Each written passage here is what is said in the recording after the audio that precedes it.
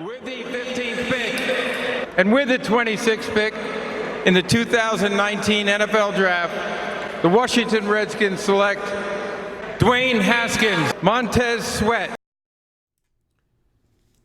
Welcome, all my fellow Redskin brethren and sister.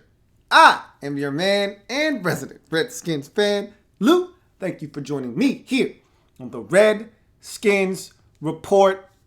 2019 NFL Draft Wrap-Up Series underway, starting with our beloved Washington Redskins.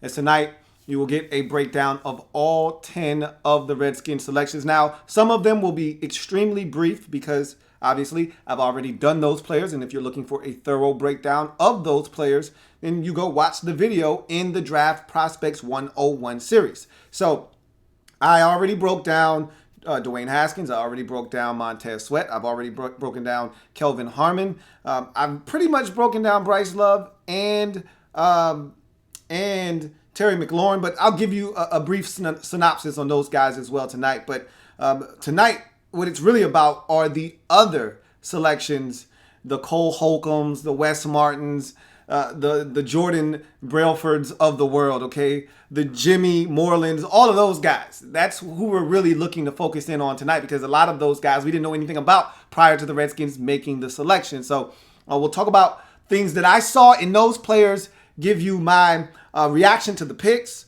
and what I think these players bring to the table, and if these guys can in fact crack the 53-man roster, of course, assuming health. So we'll get to the proceedings this evening. It was, as I've said before, one hell of a draft. And I gave you guys the option of me uploading this locally or doing it live. And the lives spoke loud and clear. There were a number of you who said, hey, I prefer you to not do this live because it gets a little long. I get it. I understand. Once we get into the whole back and forth with the comment section and engaging the viewers out there, it can get a little lengthy. I understand. I'll try to keep this as short and sweet as possible as I break these prospects down and get to the comments and try to get out of here as soon as possible. So with that being said, let's give the people what they came for tonight, which is a breakdown of the 2019 NFL Draft. And we start with the first pick. And let me say this too. I got a little flack from... I told you I read all of your comments. And I got a little bit of flack from... And I deserve this because I told myself... once we got rid of DJ Swearinger, that I needed to change the intro, okay? So I had to do something quick for the night. I may change it again into something a little bit more rah-rah, something a little bit more aggressive. But I had to change it to something because somebody in the comment section said, hey, look, man, we got rid of DJ. He's no longer on the squad. I'm going to need you to get that intro right. And so you ask, you shall receive. Again, my apologies for keeping it as long as I did. I was being lazy. And I will get to something probably more appropriate for my intro, but nonetheless, I gave you something different tonight, something a little bit more applicable. And so we move forward. Let's jump into the Redskins 2019 NFL Draft.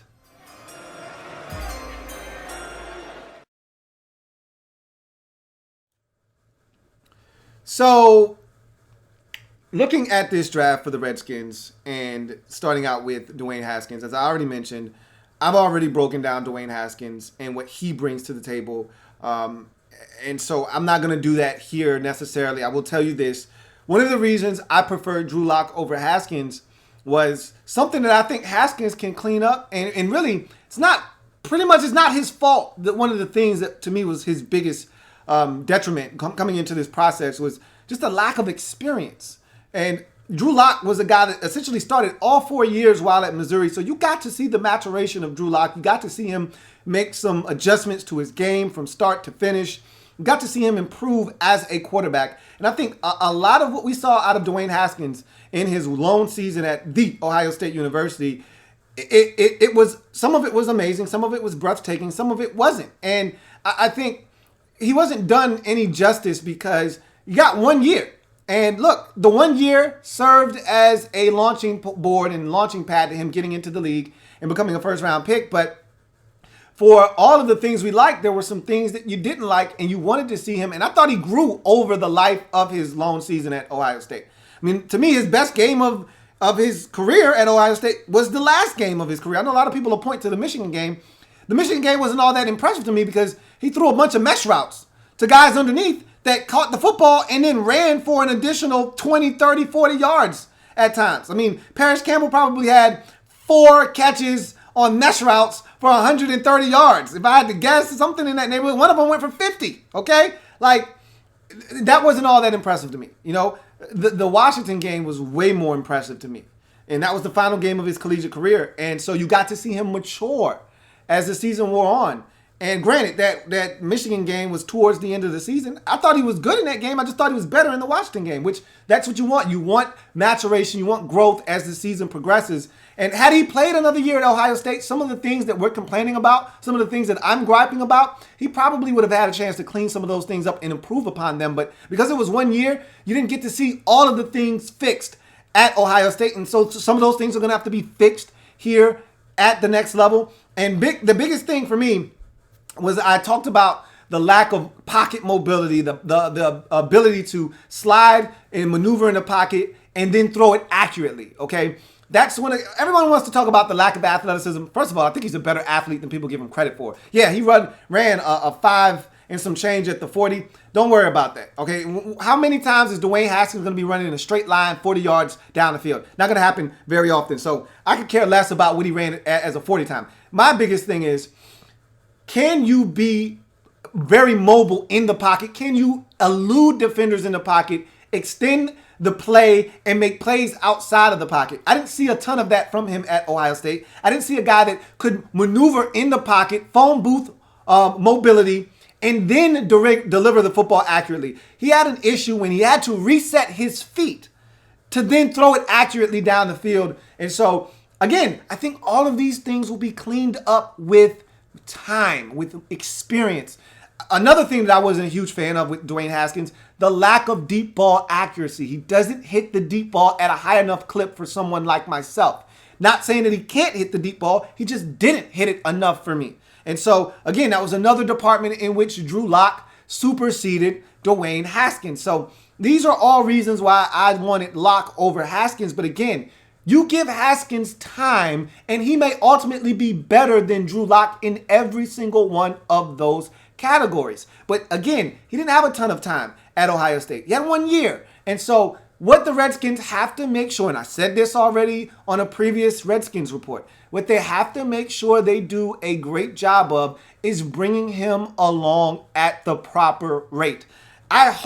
I pray that Daniel Snyder and Bruce Allen and company don't get involved in this process and allow the football guys to make the decisions when it comes to when Dwayne Haskins is ready to see the field. If Jay Gruden says, look, I've had him all camp, you've seen him in the preseason, he's not ready, then he shouldn't be thrusted into action. If Colt McCoy is the better option, if Case Keenum is the better option, let those guys start the season out and we'll go from there. And if things go downhill and we start off the season 1-5 and you want Haskins in there, fine. I get it at that point. But don't rush this guy to go in to get killed, especially with the way the season starts off. Those first 5 games could be a confidence crusher if you throw him out there against the likes of the Patriots and the Eagles and the Giants and the Cowboys. It could get ugly quick for Dwayne Haskins if shit goes sideways in those first 5 games. I would much rather them bring him along slowly. I'm not saying he has to sit out all 16 games in his rookie season. As a matter of fact, I find that highly unlikely that is the case. Unless the Redskins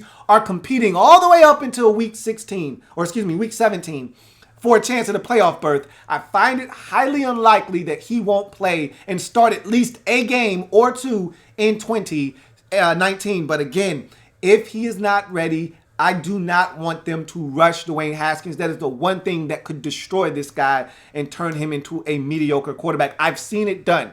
I watched Patrick Ramsey get destroyed. Confidence, he saw ghosts. Steve Spurrier and that fun and gun offense with no backs in the backfield protecting and only 5-man protections most of the time with 5 guys wide, got Patrick Ramsey killed. He was a shell of himself. He was scared. I've watched guys lose confidence like Robert Griffin III. And Robert wasn't thrown out too early, but he was after the injury, and I saw a guy that started to diminish from a confidence standpoint. So, again, take your time with Dwayne Haskins.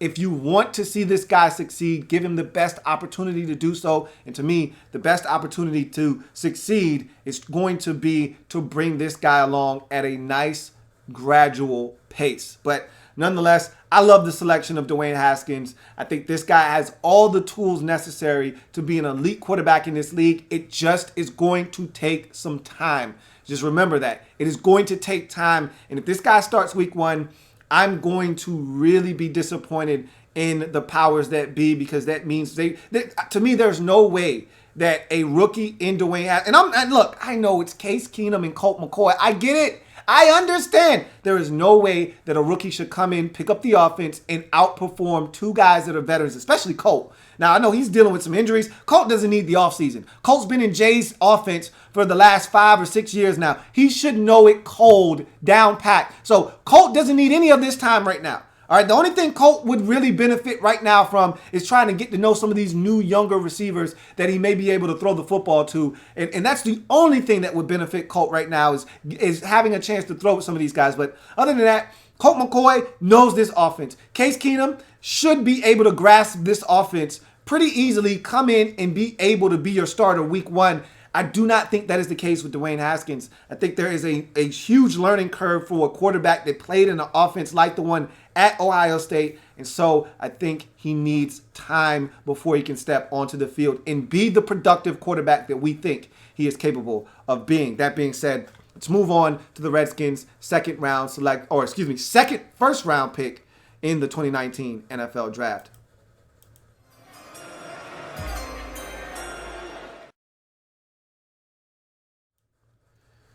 So, this one was a surprise to most of us. I don't think any of us anticipated the Redskins trading back into the first round and acquiring a talent such as Montez Sweat, edge rusher out of Mississippi State. I just didn't see it coming. This is a guy that, to me, has everything we were looking for in an edge rusher for so long and have been missing. This is what the game's been missing in D.C. Let's face it. We've had Junior Gillette, we've had Brian Orakpo, Ryan Kerrigan, Ryan Anderson. The list goes on and on and on. Preston Smith, we've had them all. Trent Murphy.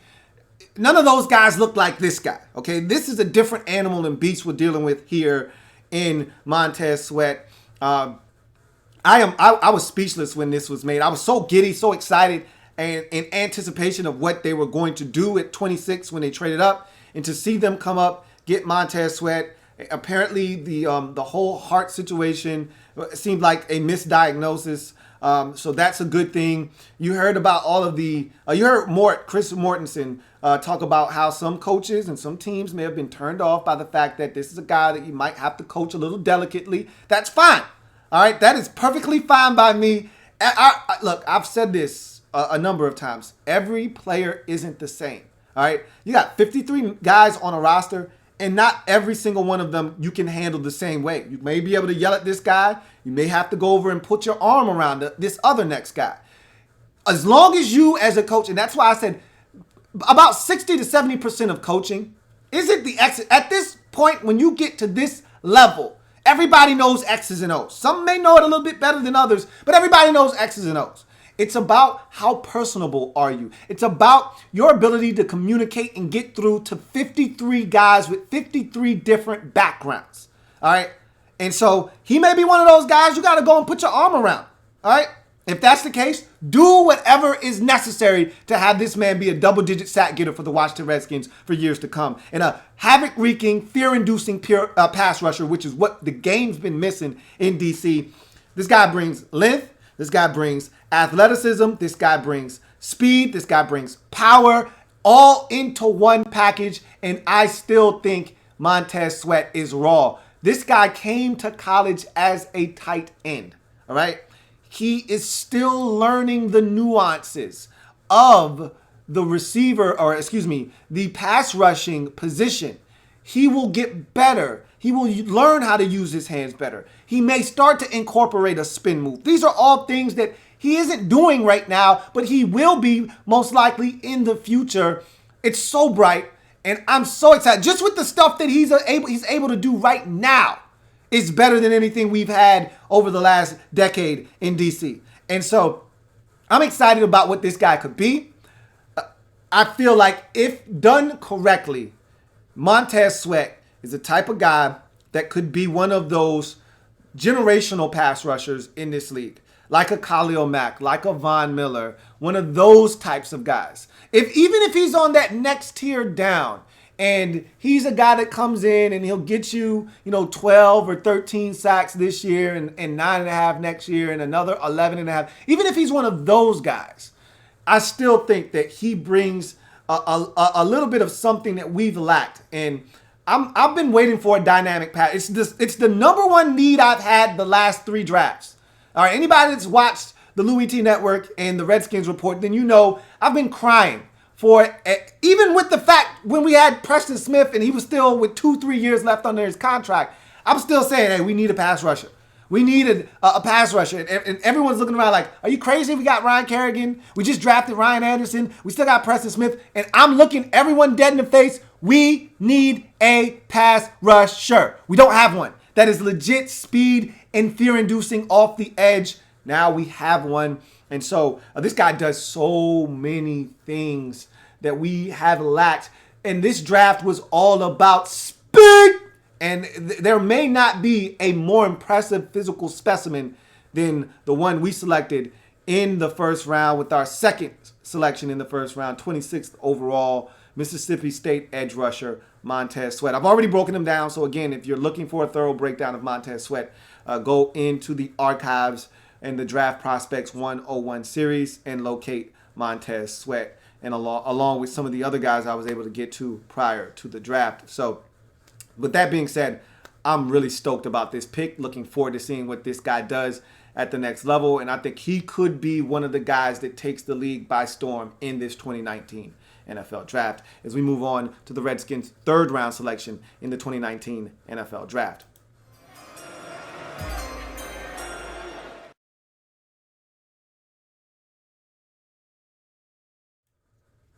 So Tarik Maclaurin is a guy that I talked about on the video that I did after the 3rd round, after day 2 of the NFL draft. And initially, I was not on board with the Maclaurin pick. Not from a standpoint of Maclaurin wasn't a good football player, but just I thought there were other guys on the board that fit the need of wide receiver that I thought were better prospects at the wide receiver position.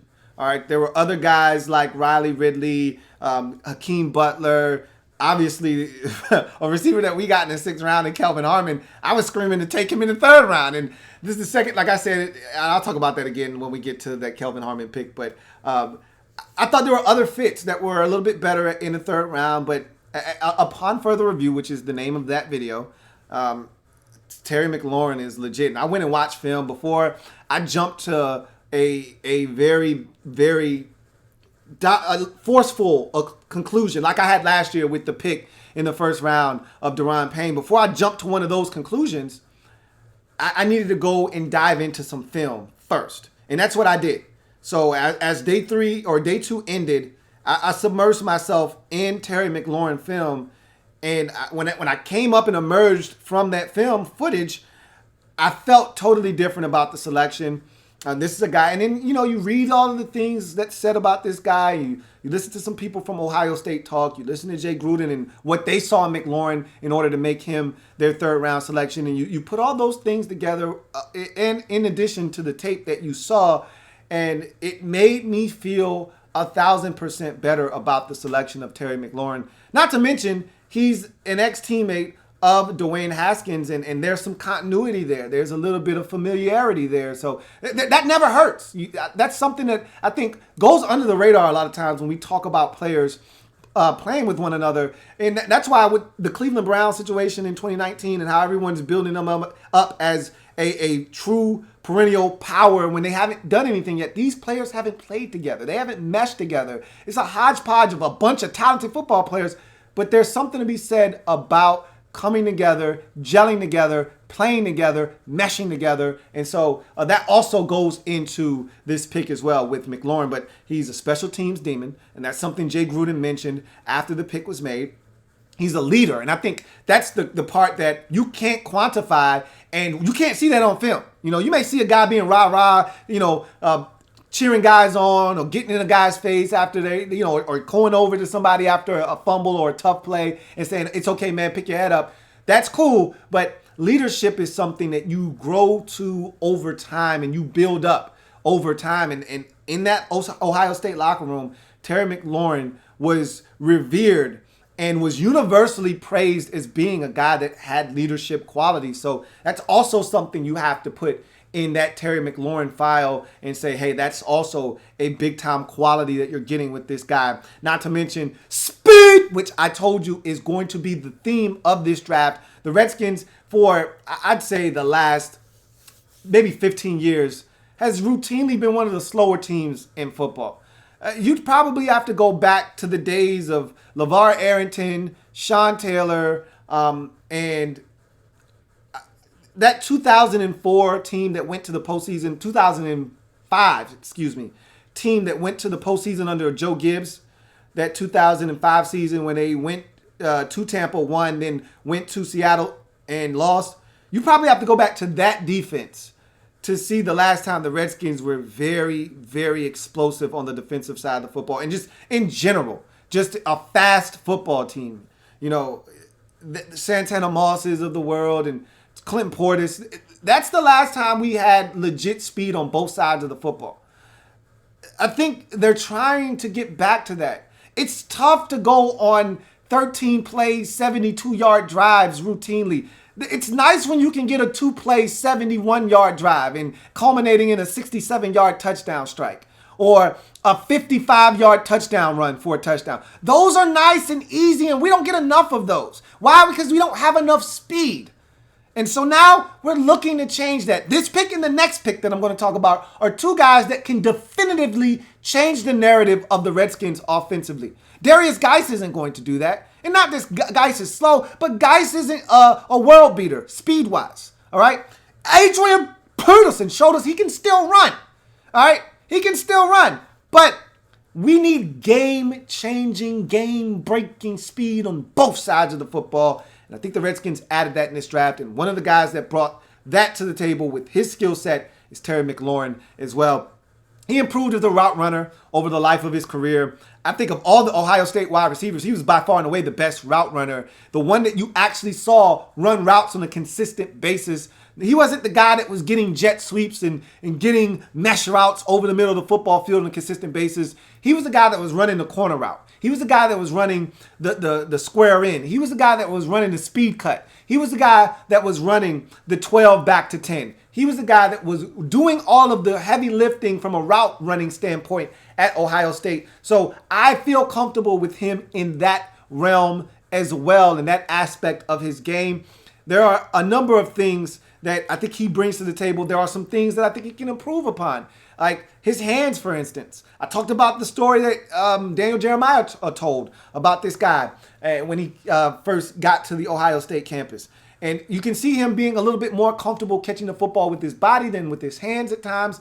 But I don't give a shit how you catch it as long as you catch it. And Tarik Maclaurin did a lot of catching the football at Ohio State. And so I like this pick. He brings a lot of value to this team from a receiver standpoint, from a special team standpoint, from a leadership standpoint, from a toughness standpoint. I mean, you see him blocking guys all over the place. And so there's a lot to love about Tarik Maclaurin and what he brings to the table. And when I look at him, I look at a guy that's going to come in here and give us some toughness, some grit, some speed, all of the things that I feel like we've been lacking for a little while in Washington, especially at the receiver position. Our receivers for too long have been too nice. Since Pierre and Deshaun have left, we don't have that edge at receiver. We got a bunch of Josh Doxsons and nice guys walking around at the receiver position. And there needs to be a little bit of toughness on 3rd and 5 with a DB in my hip pocket. I'm wrestling that football away, and then I'm going to take him, drag him for an additional yard to pick up the first down. We don't have that right now. All right, we have guys that meekly go into the night on 3rd and 5 by stepping out of bounds a yard short of the first down. We have guys that are content with punting on 4th and 1 or forcing the coach to have to make a tough decision on 4th and 1. I watched a play where Tarik Maclaurin caught a pass 3 yards short of the first down and then drugged 2 defenders and got 4 yards and got the first down. That's what we've been missing in DC at the receiver position since Pierre Garçon has left. And Tarik Maclaurin's going to bring some of that energy, some of that grit and toughness, some of that speed to the table. And so I like this pick more so than I did when it was initially made. As we move on to the Redskins' next selection in the 2019 NFL Draft.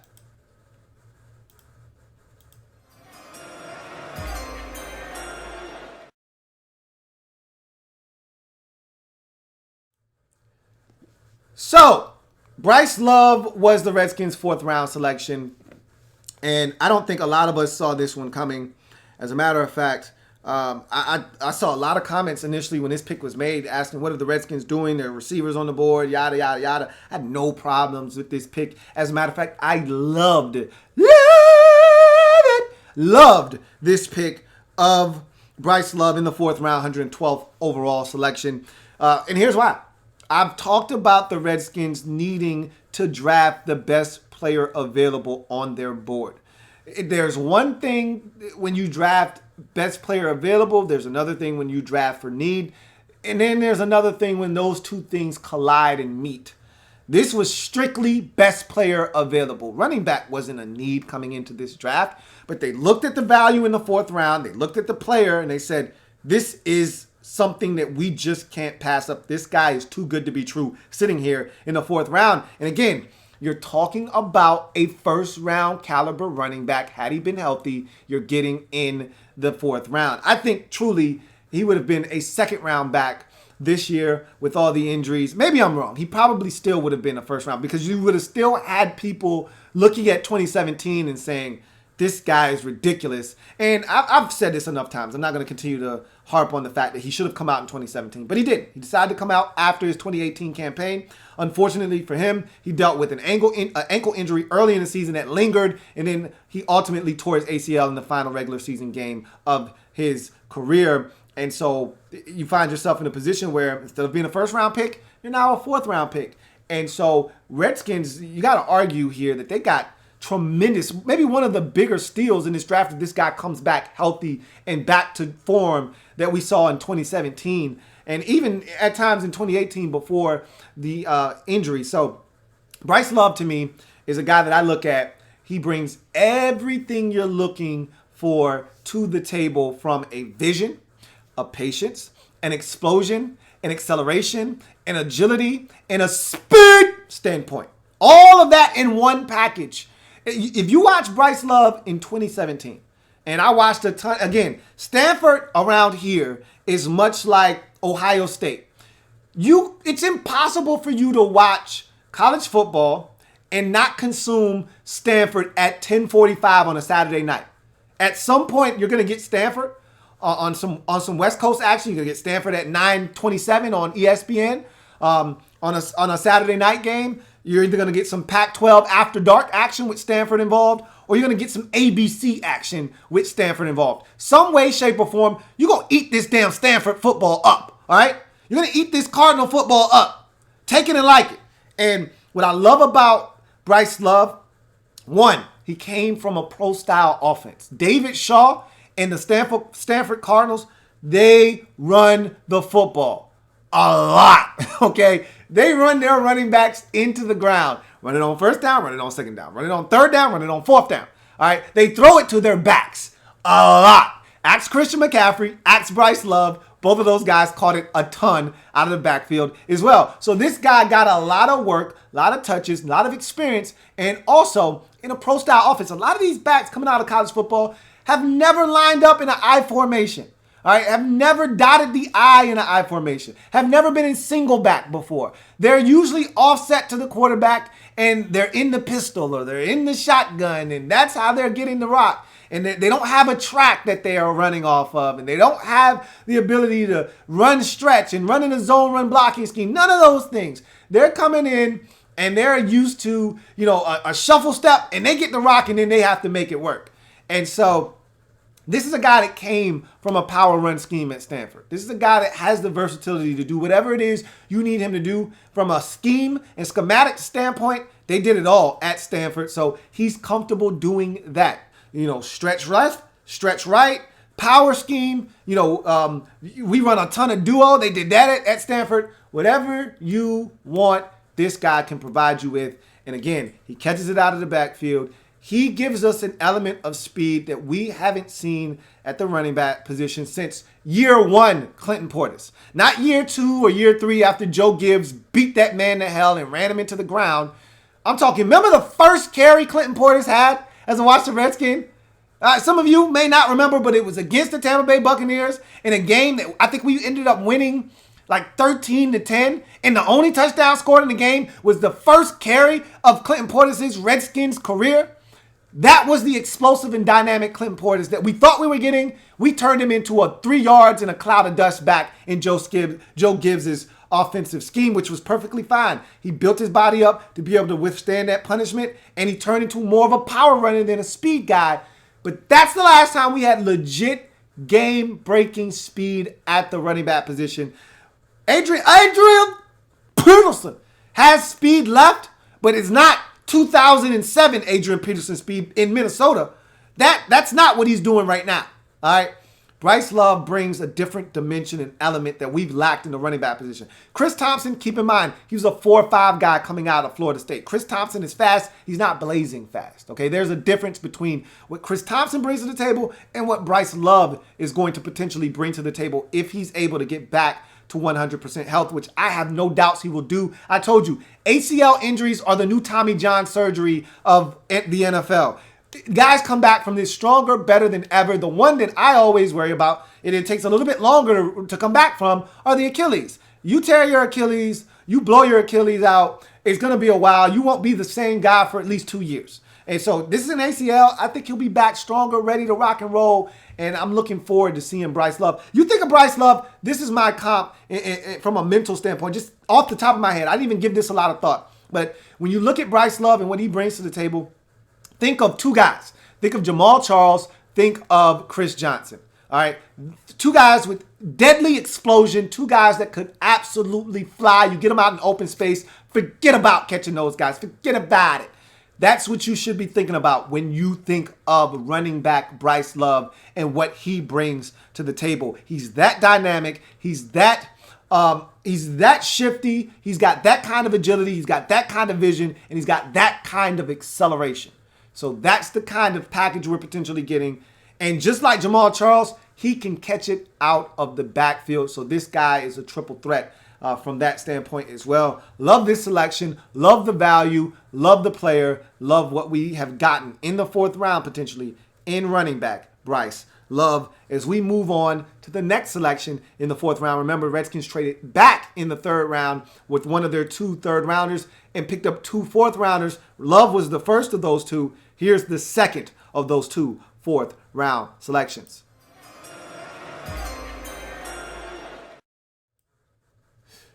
So the Redskins took offensive guard Wes Martin, or as they call him, Big Wes, out of Indiana in the 4th round as their second selection in that round. And I know a lot of you guys are hoping that he's a plug-and-play guard, and he may be, but this is what happens when you wait to the 4th round to try to address a glaring need on your football team. They may view Wes Martin as a plug-and-play player, and he may ultimately be that for them. But for me right now, I don't look at him as necessarily a plug-and-play guy. Someone like Connor McGovern, and if you watched me during the draft party, that's the guy that I was banging the table for as we got into the 3rd round. Take Connor McGovern.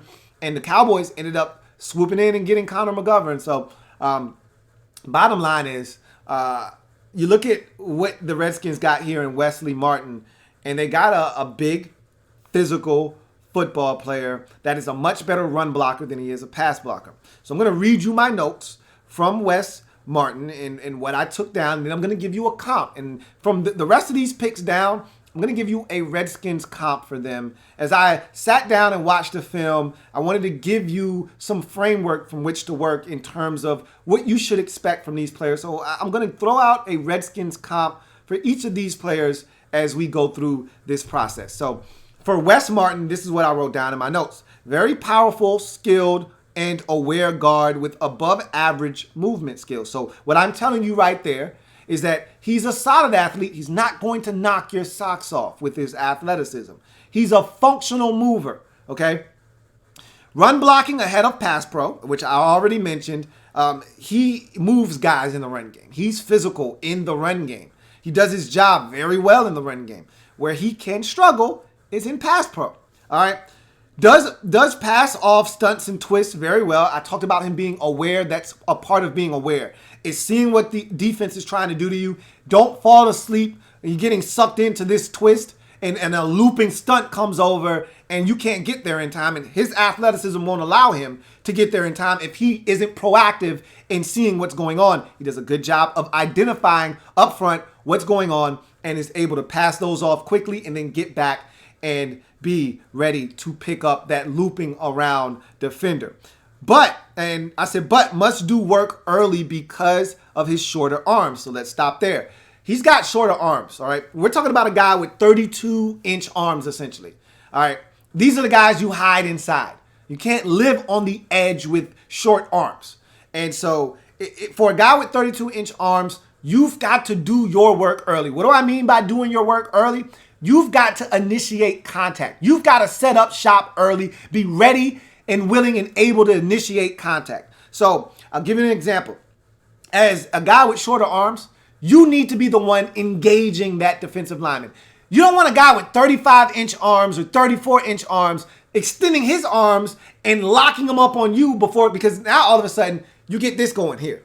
All right, you get the little brother syndrome, the little bro syndrome, where you hold his head and he's trying to grab you and you can't get to that defensive lineman because his arms are longer than yours. Your arms are too short to box. And all of a sudden you're on skates and now you can't get your footing. You can't anchor down. And now you're in the lap of the quarterback and the quarterback's getting sacked or having to be flushed out of the pocket because you got your ass abused by one of these longer, much more physical defensive linemen. And so he's got to be the one to engage, get his hands up under the pads of that defensive lineman. He's got to take the fight to those guys before they get to him, because if they get to Wes Martin first, I think they'll have a chance. Not always, because he's a strong guy. As we'll continue on, you'll get to that part. He doesn't allow, and I said his short arms don't allow him to win late. And so what I mean by that is if he loses early, his short arms, let's say he gets beat with quickness. Or let's say a guy just beats him off the snap with pure quickness. If you got longer arms, and this is why evaluators love longer arms. If you got longer arms, you may lose early on in the rep. All right, that guy may beat you off the snap, but if you got long enough arms, you may be able to get back into the play and push him around the pocket and ultimately save the rep. You may ultimately be able to salvage that rep and not give up a sack. You got shorter arms, you get beat, you're probably not getting back into the play if you get beat initially off the snap. And so, again, you either need to be extremely athletic to rebound after being beat initially, or you need to have long arms, some length. He doesn't have either, so he's got to do his work early.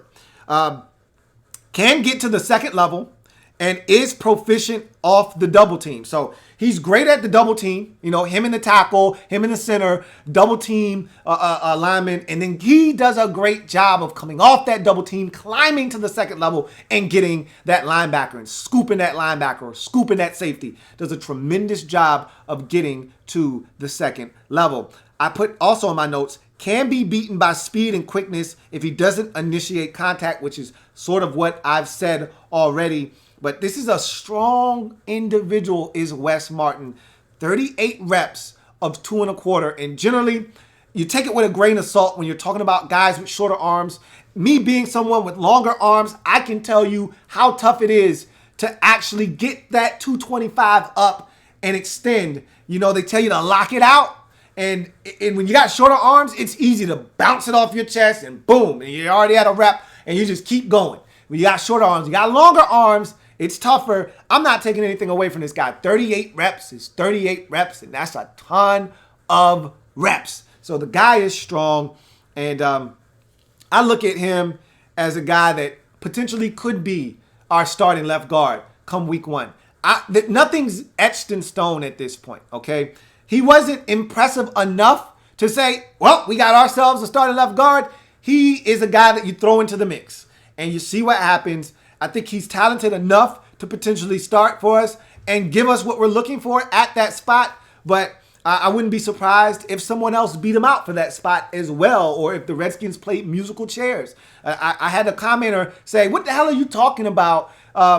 Chase Rouillet was one of the most consistent offensive linemen we had at center. And you may very well may be right.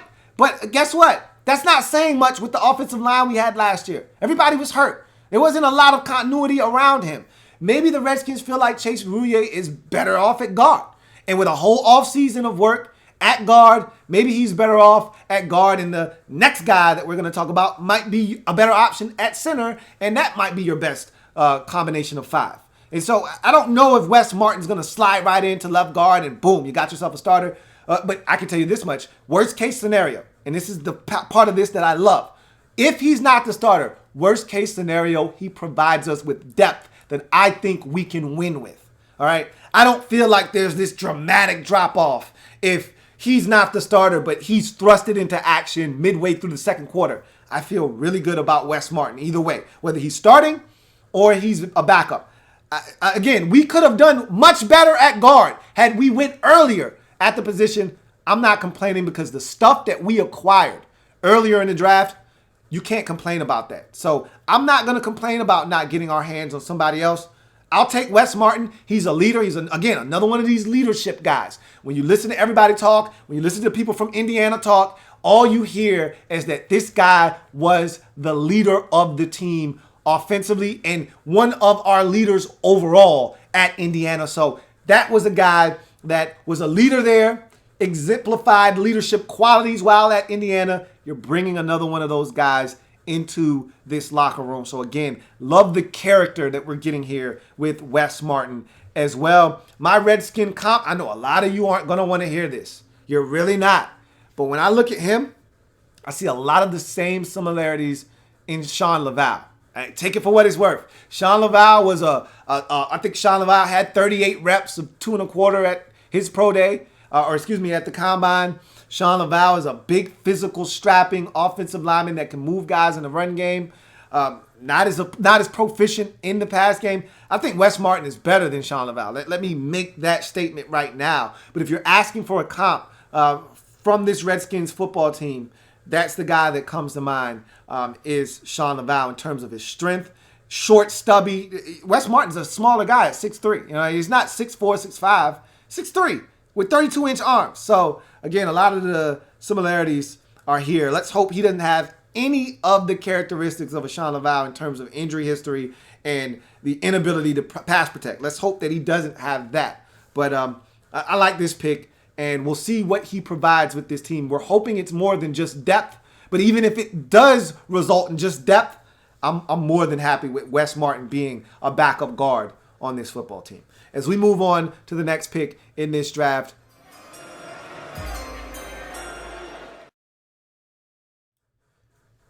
fifth round, offensive lineman out of Alabama, Ross Pierschbaker is the pick. Here's a guy that played a ton of football at Alabama. You're talking about a guy that had 58 games. All right, only missed 2 games out of a possible 58 games while at Alabama. Played a ton of football. So you're seeing durability there because the 2 games he missed were due to an ankle injury. And I'll talk about that in my breakdown and my synopsis that I have for Ross Pierschbaker. But this is a guy that you watch Alabama tape, and he was one of the constants on that Alabama offensive line. Guys came, guys went.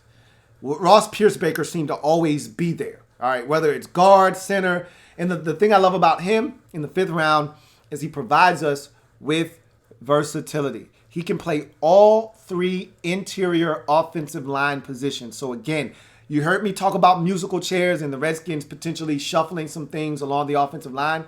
And the reason why I feel confident in making that assertion is that you've got guys that have versatility. Chase Rouillet can play both guard positions and center, so he has the flexibility to play all 3 interior offensive line positions. Ross Pierschbaker has the ability to play all 3 of the interior offensive line positions. Wes Martin can play both of the guard positions. So anything could happen with those 3 players for 2 positions. I love that. Competition You want more of it. You want guys competing, and you want the best 5 available on the football field. And I think Chase Roulier, when it's all said and done, is going to be the starting guard. And I think the only position right now really up for grabs is left guard. But I could be wrong. But I think if I had to project, then I think that the Redskins are hoping Wes Martin comes in, locks down left guard, and Ross Piercebaker gives you versatility to play all 3 interior offensive line spots. And in a pinch, if you need him at center, he can jump in. And if you need him at left guard or right guard, he can jump in, and you feel good about that. And then you take one of the bums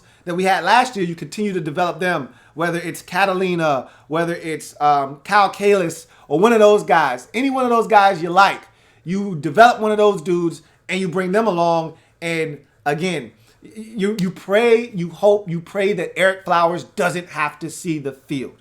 And so let me give you my synopsis of Ross Piercebaker. True definition of a Pam mom. What is a Pam mom? A Pam mom is proficient at many, master of none. So what I'm pretty much telling you is that he's good at everything. He's great at nothing. All right. There isn't one single trait other than maybe durability. All right, 56 starts in 58 career games. All right, the only thing that you can put your hat on and hang your hat on and say, hey, I know I'm getting this, is in the department of durability. Other than that, there isn't one thing that he does great, but he does everything well, everything good, everything. He checks a box. All right, he may not exceed and go above and beyond the call of duty, but he checks the box. So I said he's the true definition of a Pam mom offensive lineman. Hard hat and lunch pail mentality is what I put down in my notes. Does his job adequately, but limitations do not allow him to exceed expectations. So here I go explaining what I just said. Not a great athlete, and when you watch him on tape, he's not a great athlete. You see guys running laps around him at times. And again, it's usually elite quickness. I'm not going to beat him up for Jeffrey Simmons beating him off the snap, and he can't get to that reach block. Jeffrey Simmons, top 10 NFL pick, if not for the ACL injury, ended up still, even with a torn ACL, going 19th overall to the Tennessee Titans. No, I'm not going to beat him up for not getting to a reach block to get to Jeffrey Simmons. I'm not going to do that. That guy's elite stuff. All right?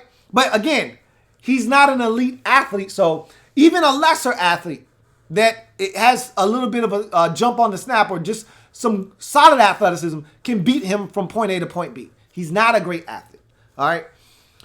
But serviceable in that department. So let me reiterate. No, he's not a great athlete, but just like Wes Martin, he's functionally mobile. He can get the job done, all right? It's not like he's plodding around the football field. He's just not Trent Williams out there. He's not Brandon Sheriff out there, all right? Again, those are first-round picks and elite stuff. We're now in the 5th round. You're getting 5th round grade talent now. All right. So the athleticism, way down. All right. All of the things that you get elite in offensive linemen in the 1st and 2nd and 3rd round, way down as we're now in the 5th round. All right. But start at the point of attack. You don't see this guy get bull rushed very often. And unlike Wes Martin, Ross Piercebaker is a bigger, longer guy. You're talking about a guy that's 6'4". Now, arms not very long. All right, arms aren't that much longer than that of Wes Martin. Still 32-inch arms, which is why you play interior and not exterior. But he's 6'4", so there's a little bit more of where that came from in terms of stoutness. In the interior of your offensive line, I don't have a problem with shorter offensive linemen. Less pad level for those linemen to get up under and drive back. 6'4". Usually, I remember there was a time where centers weren't 6'3", weren't 6'4", weren't 6'5". That was too big. You don't want your quarterback having to look over a tall center. You didn't want guys being able to bull rush, get their pad level, because naturally when you're a big guy, your first inclination is to stand straight up as an offensive lineman. You stand straight up, a guy is going to pile drive your ass into the backfield. You have to stay balanced. You have to come out low and drive.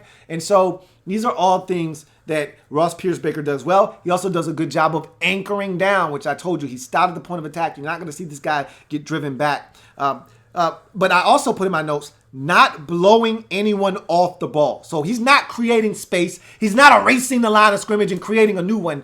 That's not what he's doing. Now, Wes Martin, on the other hand, He will create a new line of scrimmage. He will move guys off the spot. That's not what you're getting out of Ross Piercebaker. He's going to do his job. He's the kind of guy that you're looking for him to put a body on a body, and if you're lucky, he turns that guy in a hole. But he's not moving him. He may turn him and seal off that guy away from the ball carrier. That's probably the best you can ask from Ross Piercebaker, but he's not going to take a guy and drive him off the ball very often. He's smart, though. You can tell that. He's tough. You see that, and the fact that he played 56 games out of 58 at Alabama tells you that this is a really tough individual. Again, I don't care who you are. You play football, you're going to incur injuries, and you're going to have to battle through some things. He played banged up, trust me. And so you know he's a tough guy. He's a smart guy. You see him making line calls. You see him setting protections. He's a smart guy, and he's versatile. This is a guy that had 28 starts at left guard, 13 at right guard, and then 15 at center. So what I'm telling you is this is a guy that can play multiple positions up and down the interior of the offensive line, and you will feel comfortable with him doing so. So I really feel like this is a really good addition to the Redskins offensive line, one that desperately needed more depth. Again, we lack in the depth department. When you look at our starting five, and honestly, I don't give a shit who we plug in at left guard. You look at our starting five offensive linemen, you won't find five better, most likely, at least 4 out of 5. You won't find many better starting fives, offensive line-wise, when healthy, than what we put on the field with Trent and Momo at the tackle positions, with Sheriff and Chase Rouillet at center and guard, respectively. And then I don't know what we're going to do at left guard, but whoever you put there, you're not going to find a better starting five. You're not going to find many better in the league than what we put on the field when we're healthy. So I feel like the problem with us was there wasn't much depth behind those starters.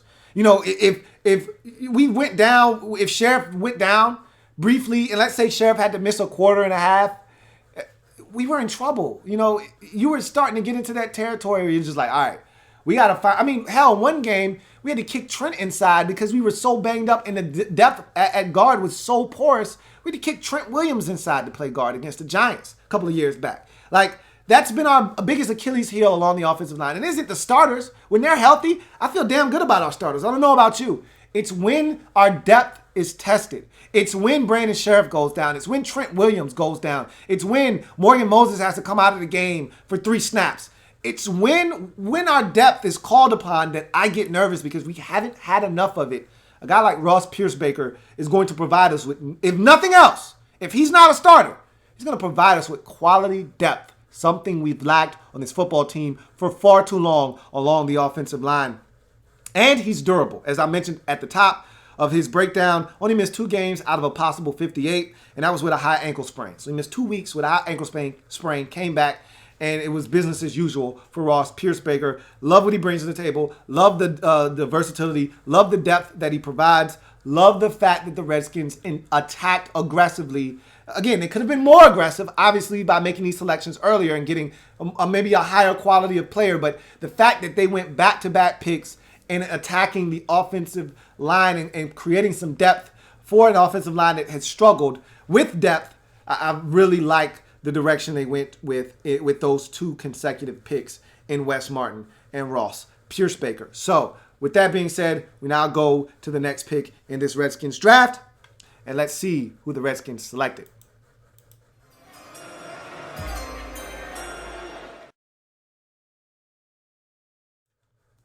So, my comp for Ross Piercebaker, if you remember, Redskins center Casey Robach. I don't know if you remember him.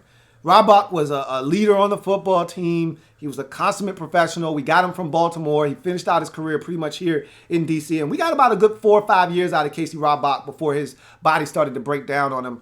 And so I look at Ross Piercebaker as a guy that, like Casey Robach, that could ultimately be a starter and a really good pivot guy for us down the road. And so that's my Redskins comp for Ross Piercebaker when I see him. Now you look at Cole Holcomb, linebacker out of North Carolina.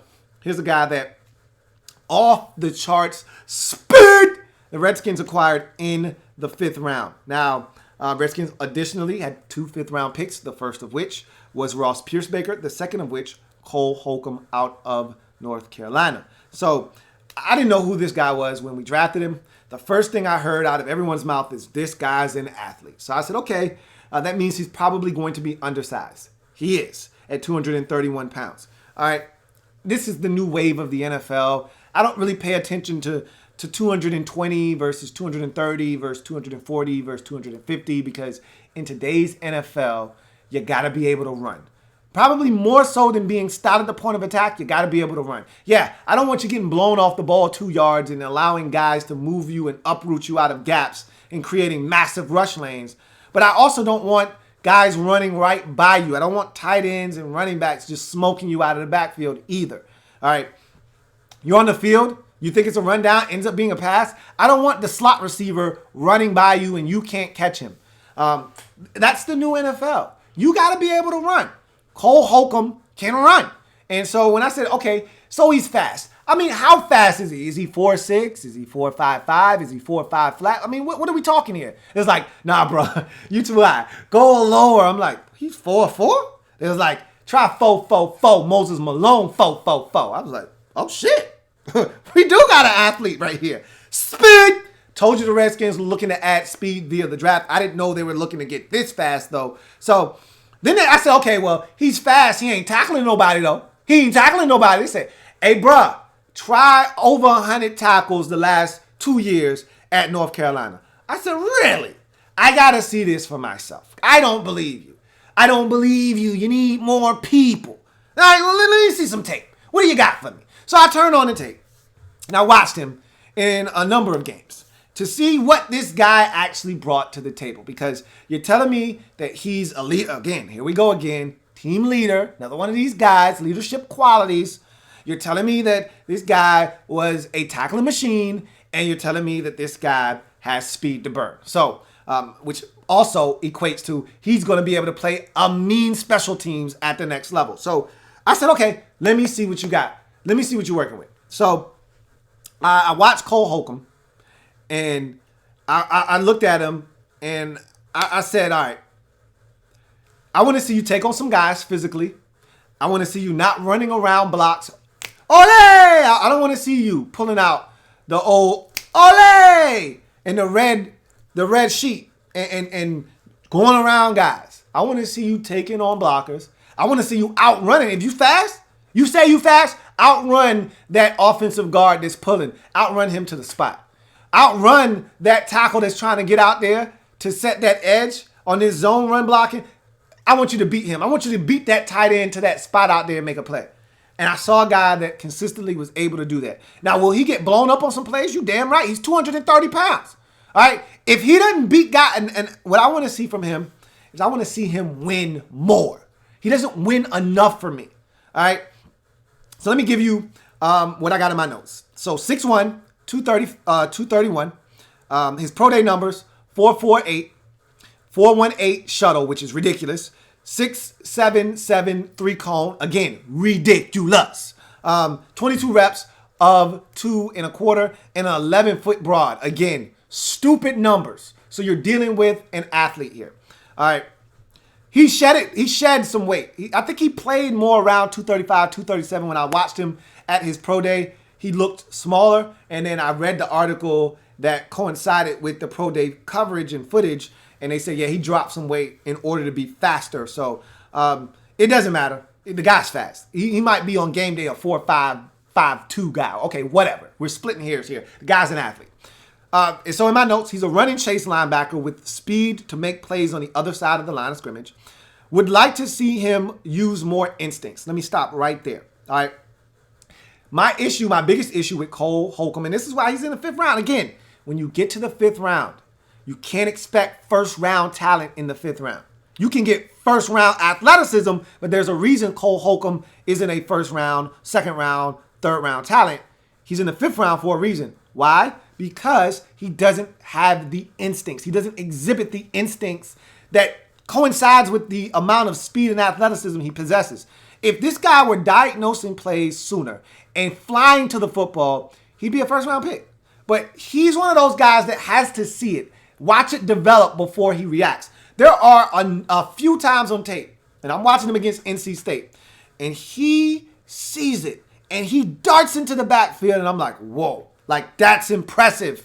You know, if I could get that out of him more, then you're talking about a difference-making football player. You're talking about a guy, and we would see it with Zac Brown. Zac Brown was the perfect instance and the perfect guy to kind of give you a comparison to what you see with Cole Holcomb sometimes. Zac Brown, when he would go, we didn't have a more explosive linebacker than Zac Brown playing on the, and it's coincidental that Zac Brown went to North Carolina and they have similar speed and traits. But of course, Zac Brown was a lot bigger. But I digress. When I look at Cole Holcomb, I see a guy that doesn't react fast enough. When he sees it and he goes, man, is he dangerous. Shot out of a cannon. But a lot of times he has to wait and make sure his eyes aren't deceiving him. And by that time, let me read you the rest of my notes. I said, because when he diagnoses early, it's a thing of beauty. But when he doesn't, he's a guy that can run into traffic, run into trouble. And once those bigger offensive linemen, tight ends, and the such get their hands on him, he's not a guy that always is able to disengage cleanly. So with Cole Holcomb, I see a guy that brings everything to the table from an athletic standpoint. I see a guy that needs to see it faster. And you know what my hope is? Because generally instincts with linebackers, the only thing you can count on or hope for with a linebacker that doesn't exude the type of instincts and quick diagnosis that you're looking for, the only thing that you can hope is that he starts to watch a ton of film and he starts to realize things on film and it plays out on the field and he recognizes it and then he's able to shoot his gun and fire it a lot faster. And that's the only thing you can hope for Cole Holcomb, is that he becomes a film rat and starts to get all over the film and to the point where he's calling out what the defense is doing and he's able to react a lot faster to what he sees. But right now, you look at him, I'm just counting on him as special teams and depth. That's really good depth to have, and it's great addition to special teams. And again, I see this guy as definitely making a roster because I told you already, we're a little thin at linebacker. And I could see him making a roster at linebacker. And really, it's going to be hard for any of these guys not to make the roster. I really think there's a place on the roster for each and every single one of these 10 draft picks, believe it or not. You know, maybe Jimmy Moreland may be in a fight at cornerback. You know, if one of these other guys that we've been waiting on to pop and bubble like a Joshua Halsey comes along and he starts to show what we've all been waiting on from him, maybe a guy like Jimmy Moreland later on in the draft that we'll talk about may have a tough time cracking the roster. But you look at all of these guys, for the most part, these are positions of need. Outside of Bryce Love, these are positions of need. We needed a quarterback. We needed an edge rusher. We need linebacker. We need offensive guard and interior offensive linemen. We need wide receivers. These are positions of need. So I think a lot of these guys have a legitimate shot at making the final 53-man roster. And I look at Cole Holcomb as another guy that will contribute on special teams, if nothing else. But I think he'll be one of those guys. And you need to understand that Reuben Foster isn't a short thing. Not from a getting suspended standpoint, but from a health standpoint. He dealt with a ton of injuries in San Francisco as well. Everybody wants to talk about him not being suspended and they're excited. I just want the dude to stay healthy. He's been a guy that has had a ton of nagging injuries while in San Francisco. He needs to stay healthy in order for us to count on him.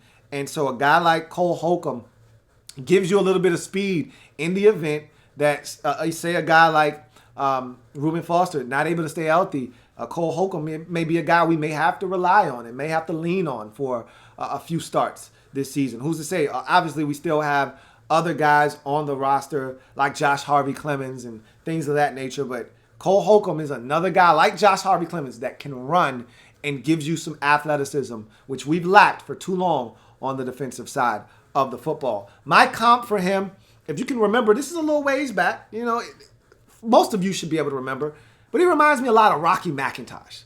Another guy that had some athleticism, that could run, but Rocky needed to see it first before he would react. When Rocky would just take off and go much faster than slow, Rocky was a beast. Rocky loves Emily. Rocky loves Em. But Rocky didn't always see it and go. That was my problem. That made him slow.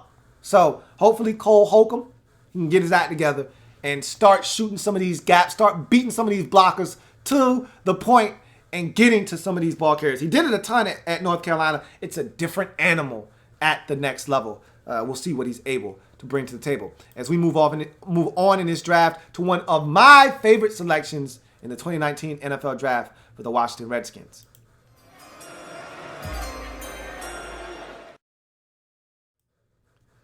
So, what more can I say? There's really not much more for me to say about this pick that I haven't already said. I absolutely love it. Love this pick. All right. This is a guy that if you were watching the draft along with me during day 2 on the draft party, and thank you for watching if you were there, we were all clamoring for Kelvin Harmon as one of the guys. There was about a conglomerate of about 3 or 4 receivers that were sitting there in the 3rd round that when we selected Tarik Maclaurin, and I already kind of gave you the cluster of receivers. There was Riley Ridley, there was Hakeem Butler, there was Kelvin Harmon, just to name a few that were sitting there, and you're like, hey man, Kelvin Harmon, hey man, Hakeem Butler would look awfully good in the Washington Redskins uniform. You know, you need a guy that resembles a number 1 wide receiver. And so we were all clamoring for Kelvin Harmon in the 3rd round. And much like we were with Tim Settle last year, remember that? Remember last year, Tim Settle drafted Tim Settle in the 3rd round. And the Redskins said, nah, bro, we got other things to do. Draft Tim Settle in the 4th round. Nah, bro, we got other things to do. Draft Tim Settle in the 5th round. Nah, bro, we got things to do. I don't know. I think Settle was a 6th round pick last year. It might have been a 5th round pick, but either way, tremendous value last year, and a guy that I think is going to really tear shit up this year along the defensive line in Tim Settle. But we were clamoring for him 3 rounds sooner than the Redskins spent the pick on him. Same thing here. There was no way in my wildest dreams that I imagined the Redskins would be able to pass on Kelvin Harmon. Not only in the 3rd round, not only in the 4th round, not only in the 5th round, but get him in the 6th round. That just didn't dawn on me. I probably was in the wrong for valuing Kelvin Harmon as high as I did. I really thought that this guy was capable of being selected in the 3rd round, 4th round at worst. All right. I said, I see Kelvin Harmon as a 3rd round pick. I see Kelvin Harmon as a 4th round pick at worst. I can't see him getting out of the 4th round. And as the receivers started coming off the board and Kelvin Harmon was still there, I wondered to myself, did I miss something? I feel confident in my assessment of Kelvin Harmon, and if you're looking for a thorough breakdown of what Kelvin Harmon brings to the table, again, got to go to the Draft Prospects 101 series, where I gave you a thorough breakdown. Yes, there are tough catches, there are drops, there are a lot of good things, and then there are some things you don't like, but the good far outweigh the bad with Kelvin Harmon. There will be an occasional drop, but I tell you what, he makes a lot more contested catches than he does drops. That's for damn sure. And I see a guy that brings a lot of the things that we have lacked at the receiver position. And I talked about that with the first pick at receiver in Tarik Maclaurin, that we've lacked toughness for the last 2 years at receiver. We didn't have Deshaun and Pierre after the 16 season. And since their departure in 17 and 18, we just haven't had the toughness. We haven't had the physicality. Hell, you said what you want about Deshaun. Deshaun wasn't the toughest guy, but Deshaun wasn't scared. You know what I mean? Like, there was an attitude, a swagger with Deshaun Jackson that comes with that package. We lack that. And now we don't. It's amazing what one draft can do for you. We don't now. You know, there was a little bit of an edge to Jamison Crowder, but it still was, it was mild-mannered. It was a Duke edge. It was still nice, you know? Like, Jamison had a little flair with him at times. He'd make a big play, he'd pull the mouthpiece out of his mouth. But there wasn't a lot of that physical, I'm going to be in your face all day long. Oh, that's the best you can do? I'm going to drag a guy 2 yards and pick up a 3rd and 5 conversion on 3rd down where I was short of the sticks initially and get the first down. And I'm going to get up and I'm going to talk a little shit. You know, I'm going to stir the pot a little bit. There wasn't that dog. We didn't have enough dogs. All right? Josh Doxson is a cat. Meow. He's a cat. And I love Josh Doxson. And I was wrong. And I told you, I will be the first to tell you when I'm right. I will be the first to tell you when I was wrong. I wanted Josh Doxson in the 1st round. I thought that was a hell of a pick. I was wrong. Josh Doxson is not a dog. He's a cat. He doesn't want any smoke at all. He don't want to be physical. He just want to catch the ball and go home. He just want to do his job and go home. And at the receiver position, sometimes you got to go above and beyond the call of duty. It's not good enough to run a 7-yard route on 3rd and 7. I need you to not only run that 7-yard route that pulls you back to 6 and now you're short of the first down. I need you to turn around, up the field, drag that defender and get the first down.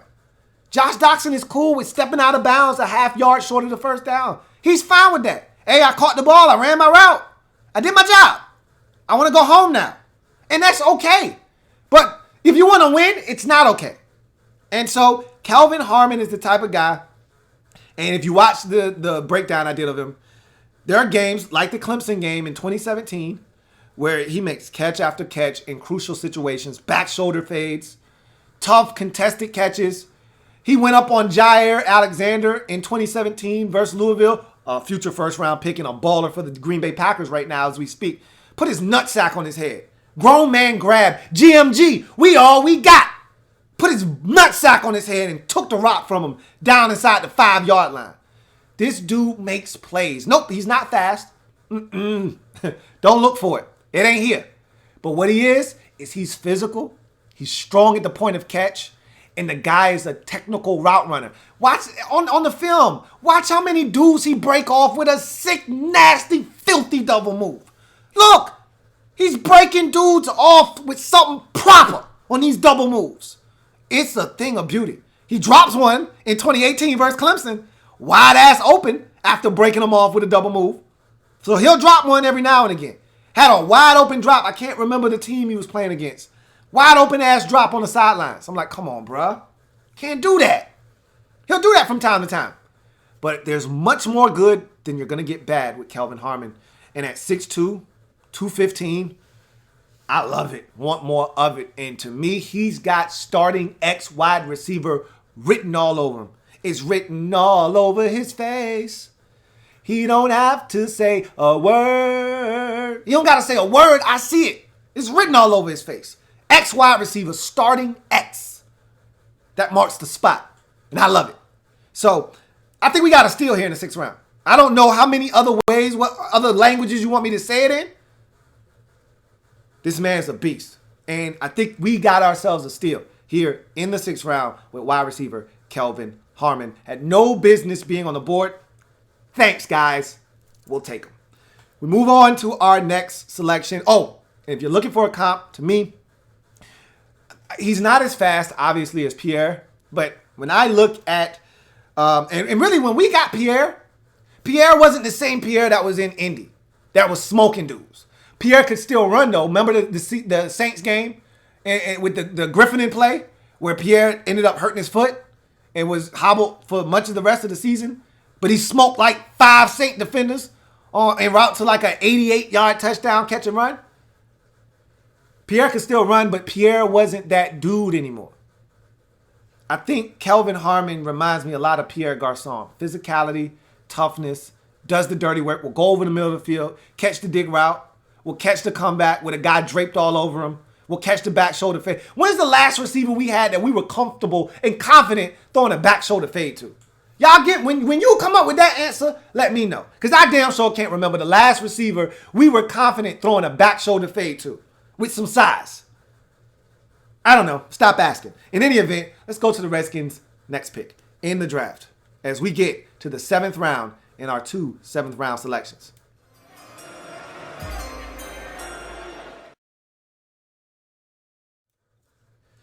So I'm really excited about this pick. In the 7th round, the first of 2 7th round selections for the Washington Redskins in the 2019 NFL Draft, they select cornerback Jimmy Moreland out of James Madison University. And, you know, the accolades are just flowing with this dude, man. I mean, you're talking about a guy, 18 career interceptions, 6, not 1, not 2, not 3, not 4, not 5, 6 of them puppies to the crib. Who's doing that? I don't give a ham sandwich if he's playing against William and Mary, if he's playing against NC State, or if he's playing against Alabama. 6 pick sixes is 6 pick sixes. Like, who's doing that? Yikes! Zoink! Scoob! Like, that's impressive. Any way you slice it. So, the man is dangerous with the football in his hands. All right, teams at his pro day had him fielding and returning punts. That's something to take into consideration. And a guy like Greg Stroman, who last year didn't show well, but again, I like to get a youngins time to develop and mature. But Greg Stroman, part of the reason he made the squad is because of his ability to return punts. Don't let Jimmy come in here and take your shit from you, man. All right? Jimmy's got better ball skills than you. Jimmy's a better corner than you. Jimmy's a better tackler than you. Don't let Jimmy come in here and be better at punt returning. You might be out back. You might be one of these guys on the outside looking in.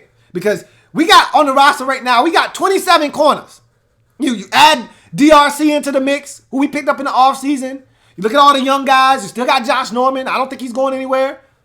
You look at this cornerback room. It's pretty damn deep.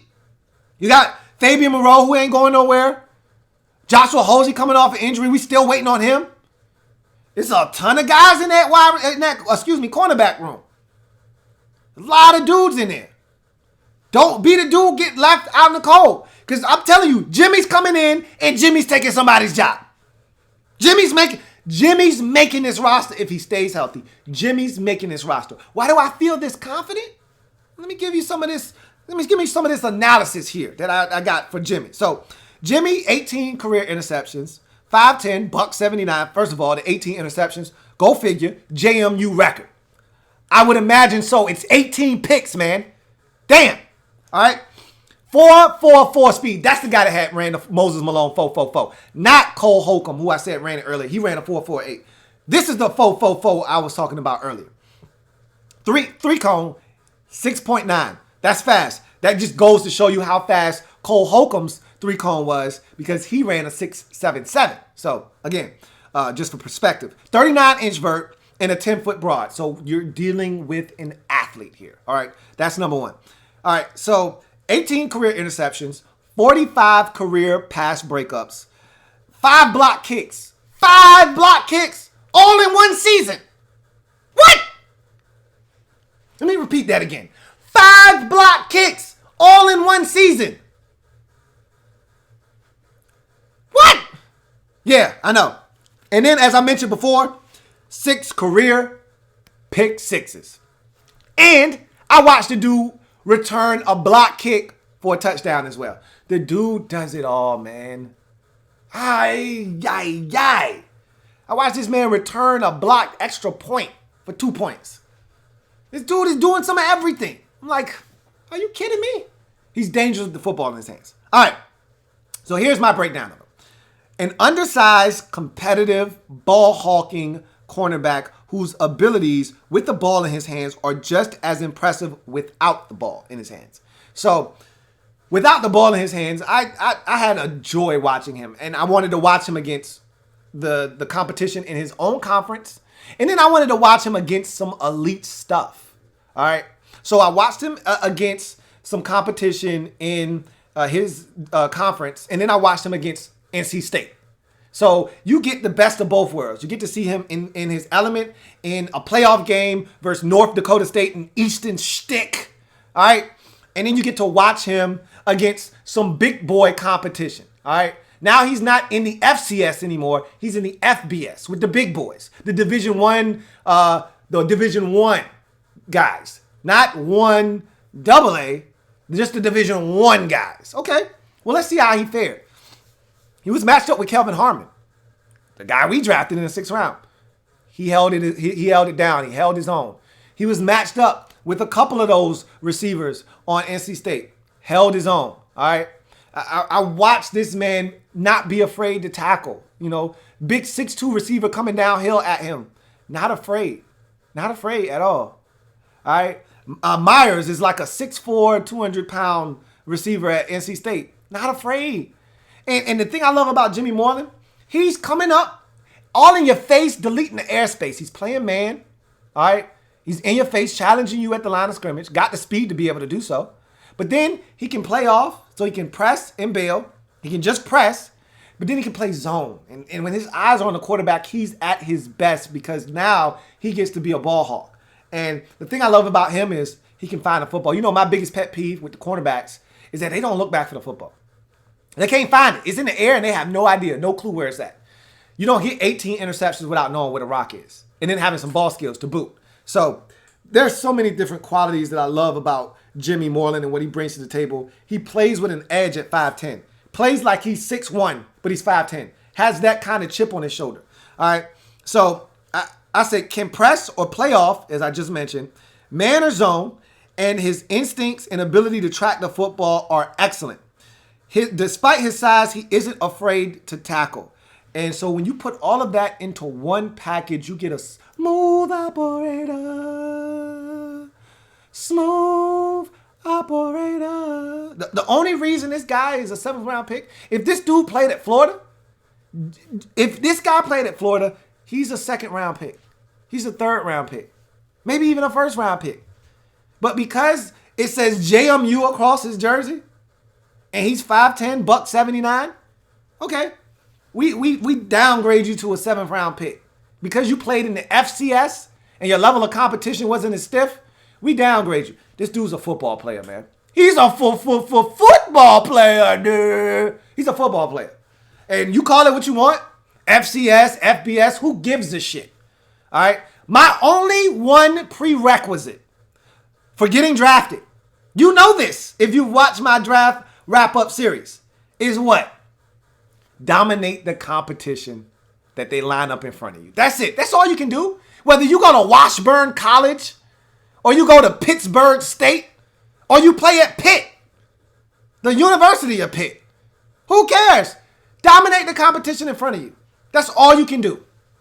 Jimmy Moreland dominated the competition in front of him. I love it. And I'm telling you right now, the combination of ball production and ball productivity and ball skills, the ability to tackle and be fearless in that regard, athleticism and agility and movement skills. This dude is a quick twitch athlete. I watched him against Eastern Stick in that championship game, drive on a comeback route. Ran the route. The only reason he didn't pick it off is the receiver dove at the last second because Jimmy ran the route for him. Jimmy stuck his foot in the ground on the comeback and came back to the football, and the receiver had to dive and knock it out of Jimmy's hand, or he was going for 6 with his 7th pick 6 of his career. Jimmy is all over it. His agility is quick, and I'm telling you right now, he's making this roster barring injury. Barring injury, Jimmy Moreland's coming for somebody's spot. They can't ignore this guy. 7th round pick and all. They can't ignore him. You know how Danny Johnson made this roster last year? They couldn't ignore him. He kept making plays in camp, and they kept saying, who is this guy? And they ended up finding out it's Danny Johnson. And he ended up making a roster.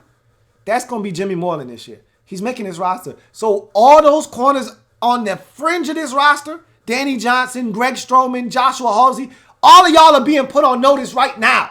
Jimmy's coming for somebody's spot. So you better be ready. You better avoid injury this year, Joshua Halsey. You know I'm a big fan of yours. But this is the last year we can allow you to get hurt and you make the roster. This is it. You get hurt this year, I got to do it for you. Jimmy's coming for your spot. All right? So y'all better tighten up. That's all I got to say to you. Jimmy's making this roster. And let's wrap this draft up with our final selection in the 7th round.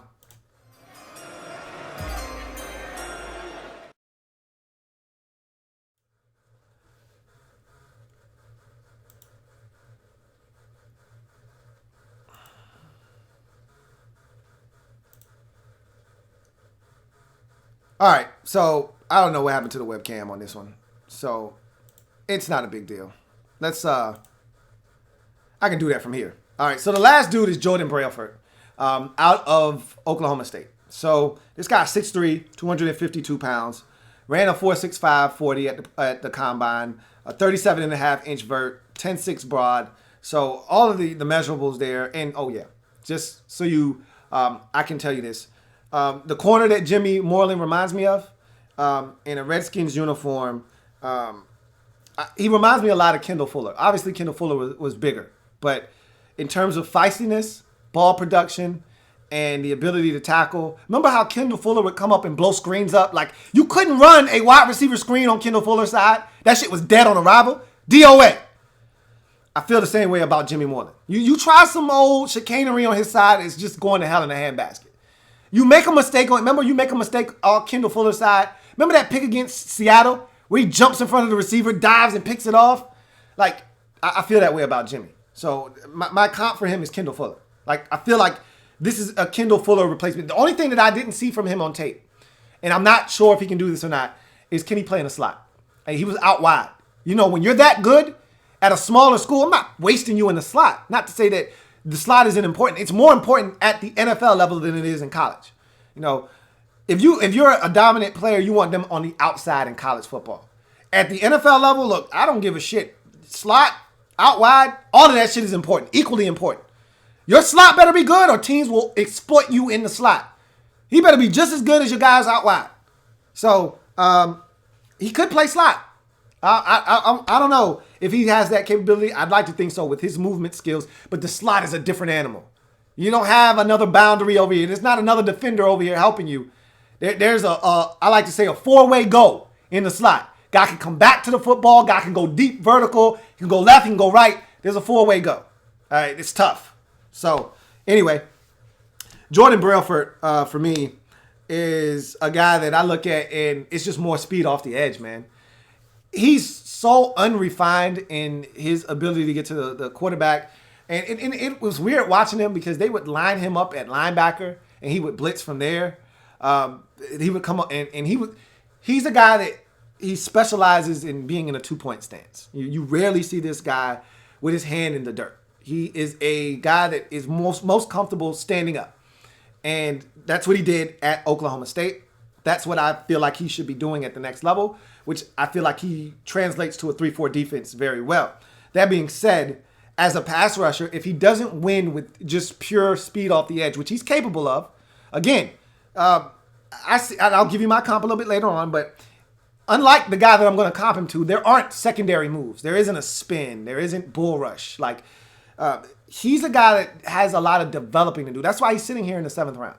There's some developing that needs to be done. He would have probably been better off going back to school for his senior year. He came out a year early, and he's got talent, or else he wouldn't have been drafted. But I think some more refining of his skill set and maybe him producing a 14 and a half sack season would have really heightened his stock and maybe made him a 4th or 3rd round pick, and I think that would have possibly been the case. And you know what? That could potentially be our gain because maybe he gets better under our tutelage. Again, I do not expect guys to get tremendously better under our coaching staffs. All right.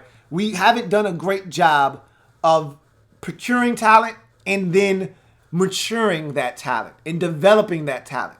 Generally, guys play better after they leave here. We get a guy, we groom him up, we take all of the edges off for the next team that's going to take that guy and take him to the next level.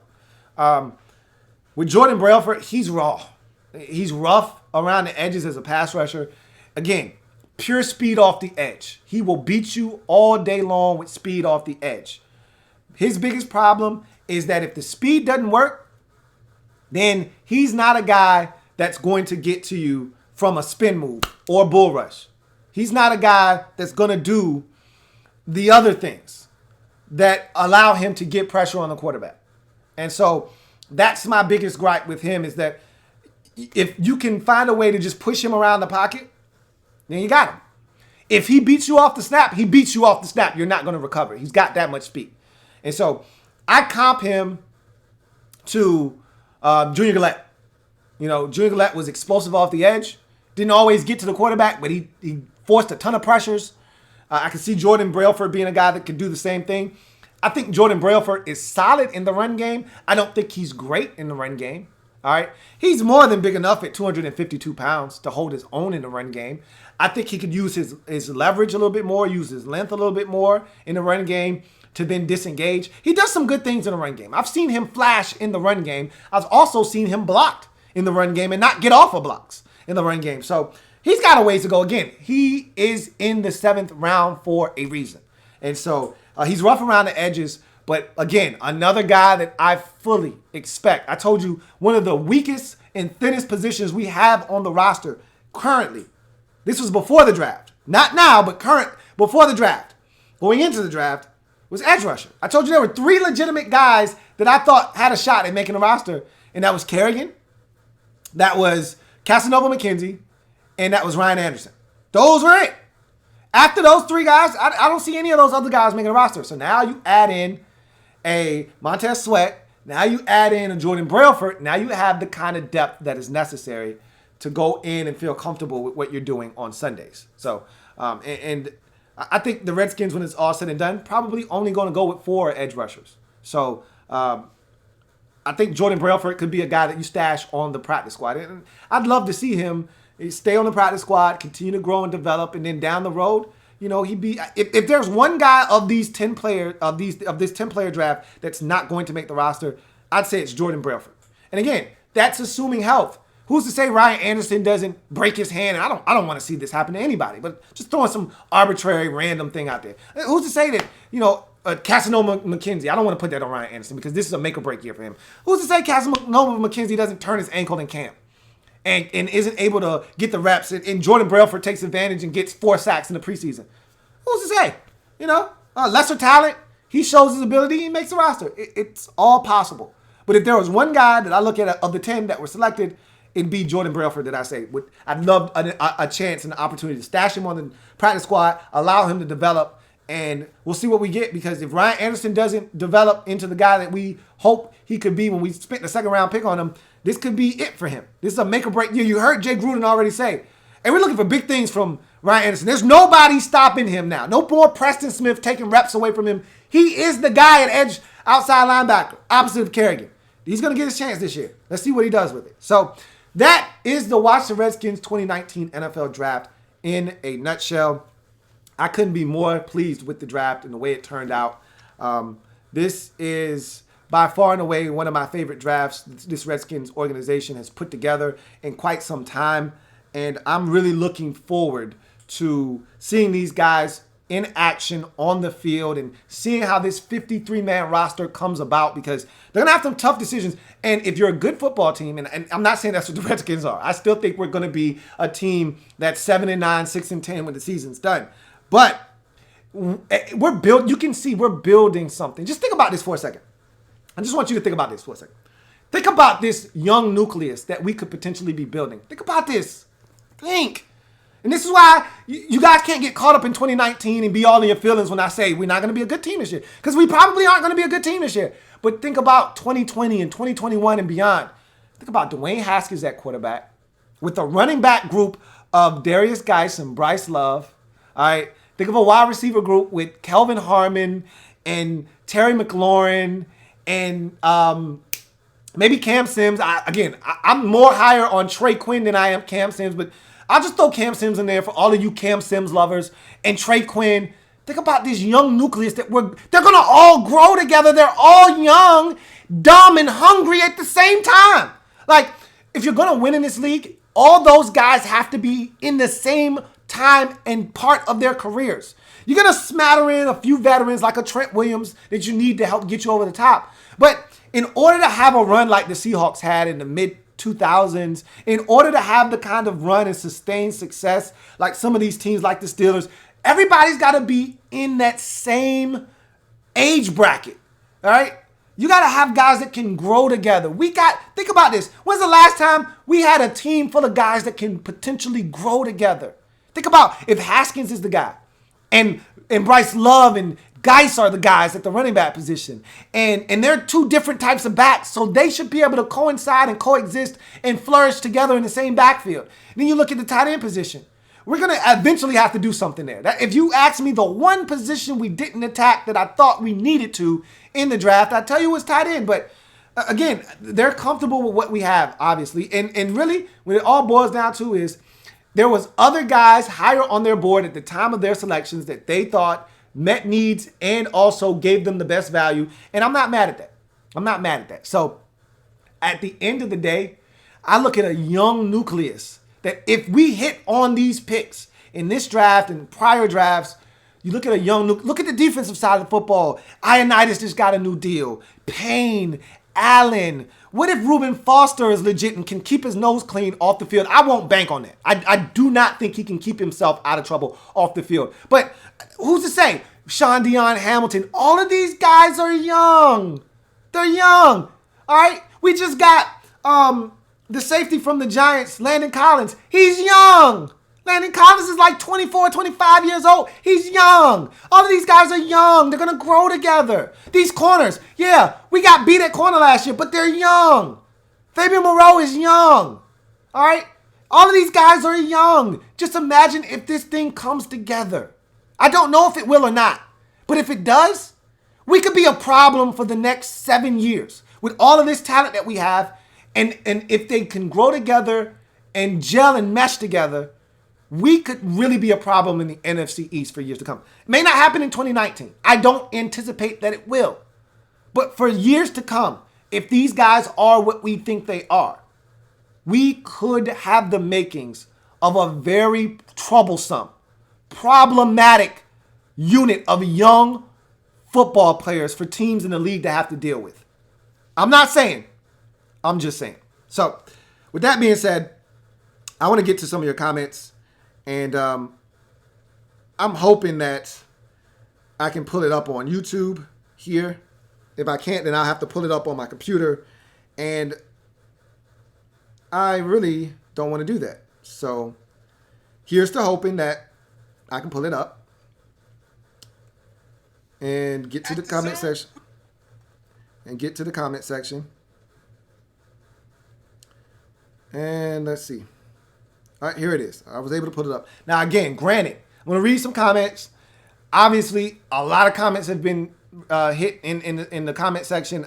If you were early on in the video, I'm not going to get to your comment because I can't even see it anymore. So if you want to run that comment back, I might be able to get to it, but let's go through the chat. Remember, if you're new to the chat discussion and you want your comment read, if it's a pertinent comment, if you ain't talking some bullshit, all right, I'll read your comment.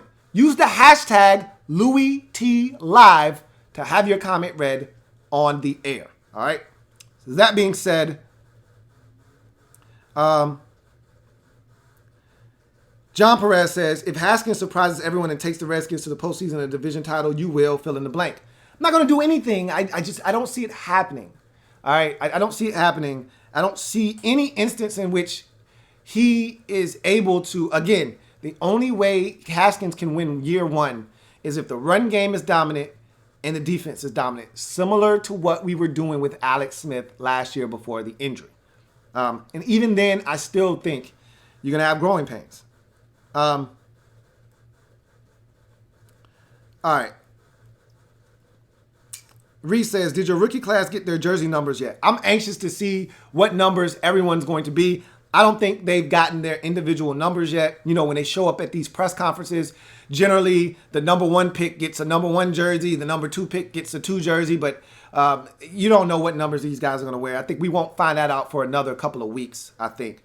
But I'm anxious to see what we do with some of these guys.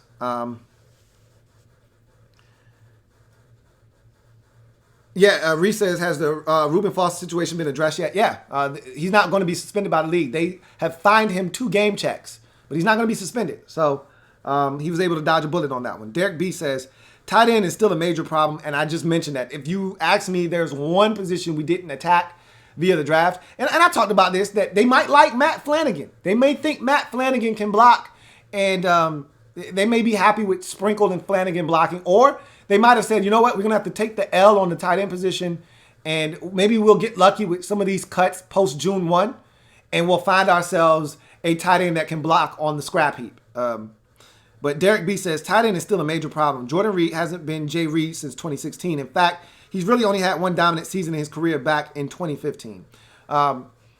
Look, half of the issue with him isn't him.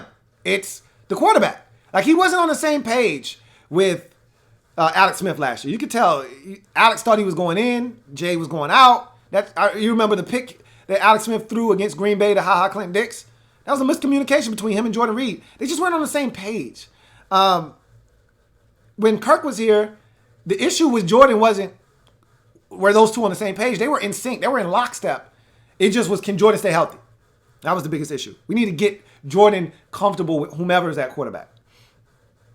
Noah #HTTR says, You don't think we have a good shot of being good next season? Our defense probably would keep us in a lot of games. I think that's possible. Again, health willing, if the defense is as advertised, and we think the defense will be markedly better, I think they will keep us in some games. Will they be good enough to win us games? Because that's what they will have to do in certain instances. I still don't think we're going to be good enough to beat the likes of the Patriots, to beat the Eagles twice or split with them maybe. Cowboys, same deal. I don't know if we're good enough to compete with these teams that are. We can beat the Dolphins. We can beat the Bills potentially. We can win some games now. But are we good enough to beat Chicago on a Monday night? Probably not. Are we good enough to go to Minnesota and win? Probably not. Are we good enough to go to Green Bay and win? Hell no. So, these are all things that you have to take into consideration. Our schedule is doable, but it's not conducive to a team that isn't gifted offensively yet. We're not where we want to be on offense yet as a football team. And because of that, you're relying on a defense that we saw flashes of, but we still don't know what we're going to get out of our defense yet.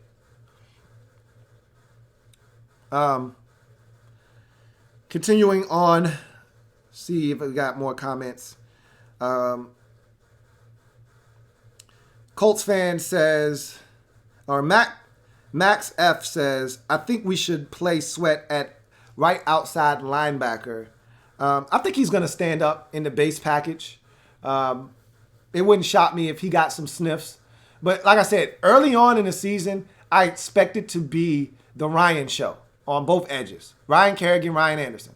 And then as the season progressed, they're going to work Montez Sweat in on more than just obvious passing situations when they're in an even front, meaning 4 down linemen, where he's more comfortable with his hand in the dirt.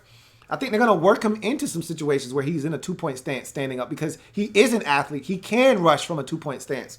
So I think eventually you will see him worked into a situation where he may take Ryan Anderson snaps if Anderson isn't being productive. So eventually it may come to that, but at the beginning of the season, they're going to give Ryan Anderson every opportunity to prove his worth as a second-round pick.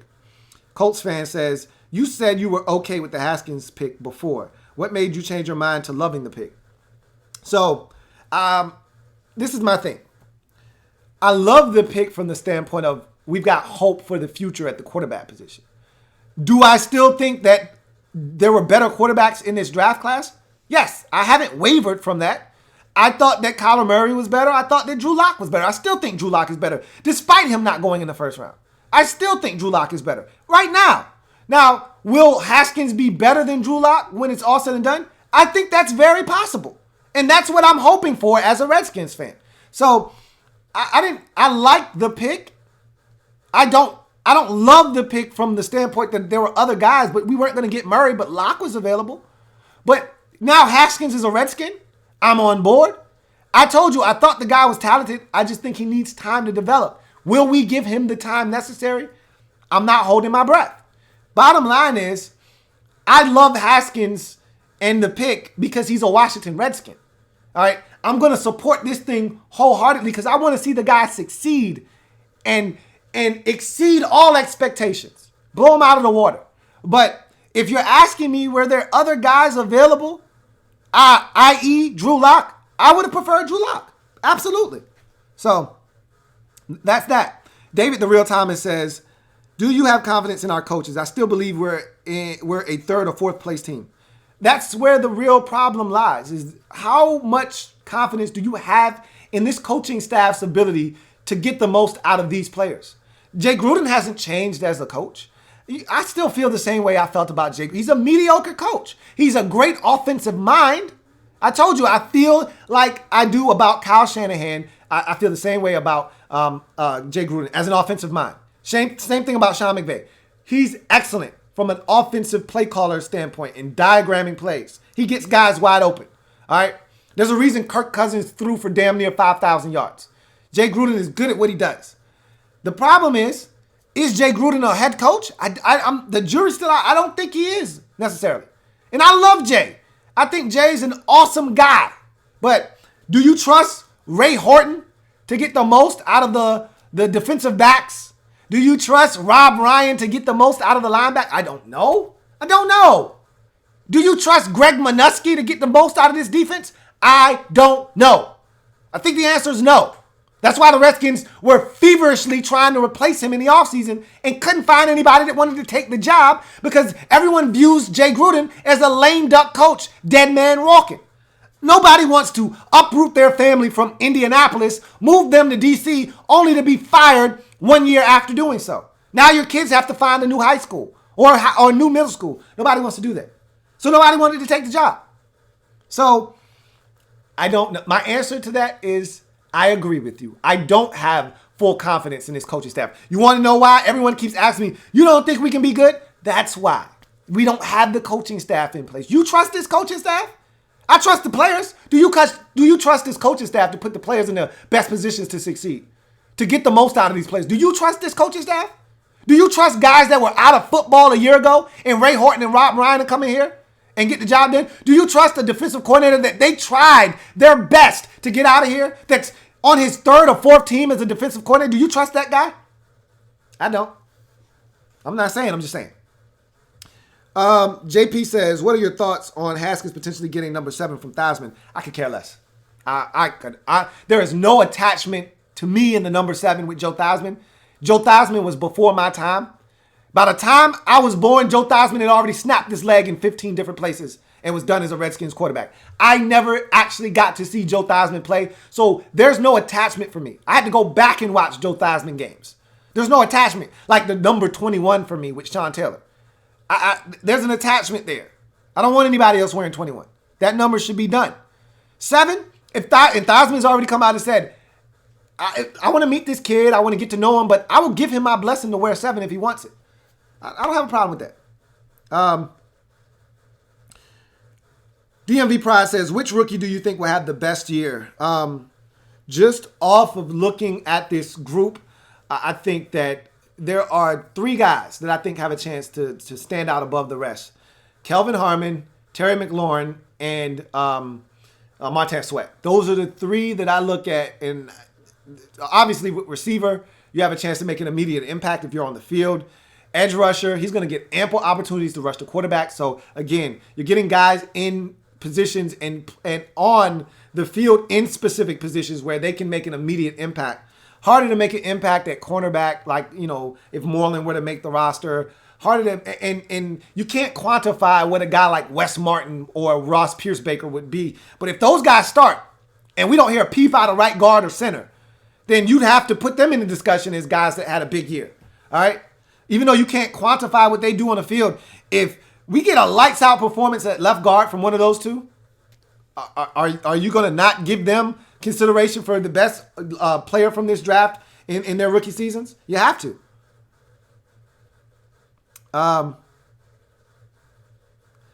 Ree says, appreciate you welcoming me here on your turf. Anytime, Ree, man. You know you part of the family, bruh. HTTR to the fullest says, did you see Bruce Allen on First Take trying to take all the... Look, you know Bruce Allen. I saw Bruce Allen. I saw his jokes, okay? Look, that's Bruce Allen, man. And that's why I tried to tell anybody, you know, I had a guy on Twitter, and he's my guy on Twitter. You know, we're all family here. Again, let me reiterate that. We're all family. And so I had a dude on Twitter hit me up, was like, yo, I met Bruce Allen. I shook the man's hand. I looked him in his eyes. You know, he's not the devil everybody portrays him to be. And I'm like, you were around this man for 5 seconds and you want to defend him? You can't defend what this man has done throughout his career. You can't defend winning off the field. You can't defend the Scott McCloughan smear. Maybe Scott McCloughan rightly deserved to be fired. And then when you go back and look at his draft, it wasn't that impressive. But the smear campaign that came after Scott McCloughan, that's on Bruce Allen's watch. That was despicable. That was low rent. That was dirty. And there was no place for that. It was uncalled for. How about the firing of Brian LaFemina?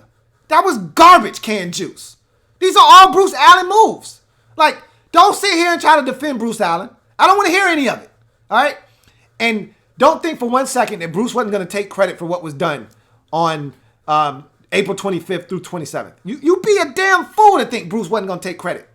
And I had a lot of people in the comment section say, hey, you need to give Kyle Smith, Doug Williams more credit. And I want to. But when it's all said and done, guess who's going to take the credit? I told you this on a video I did back in the offseason when we were right around the Senior Bowl and Bruce came out talking about we were close. And I told you, Bruce is the type of dude that I abhor. Why? Because one, he's a liar. That's number one. Bruce will look you in your eye and lie through his teeth and smile in your face all the time. He's trying to take your place. He's a backstabber, right?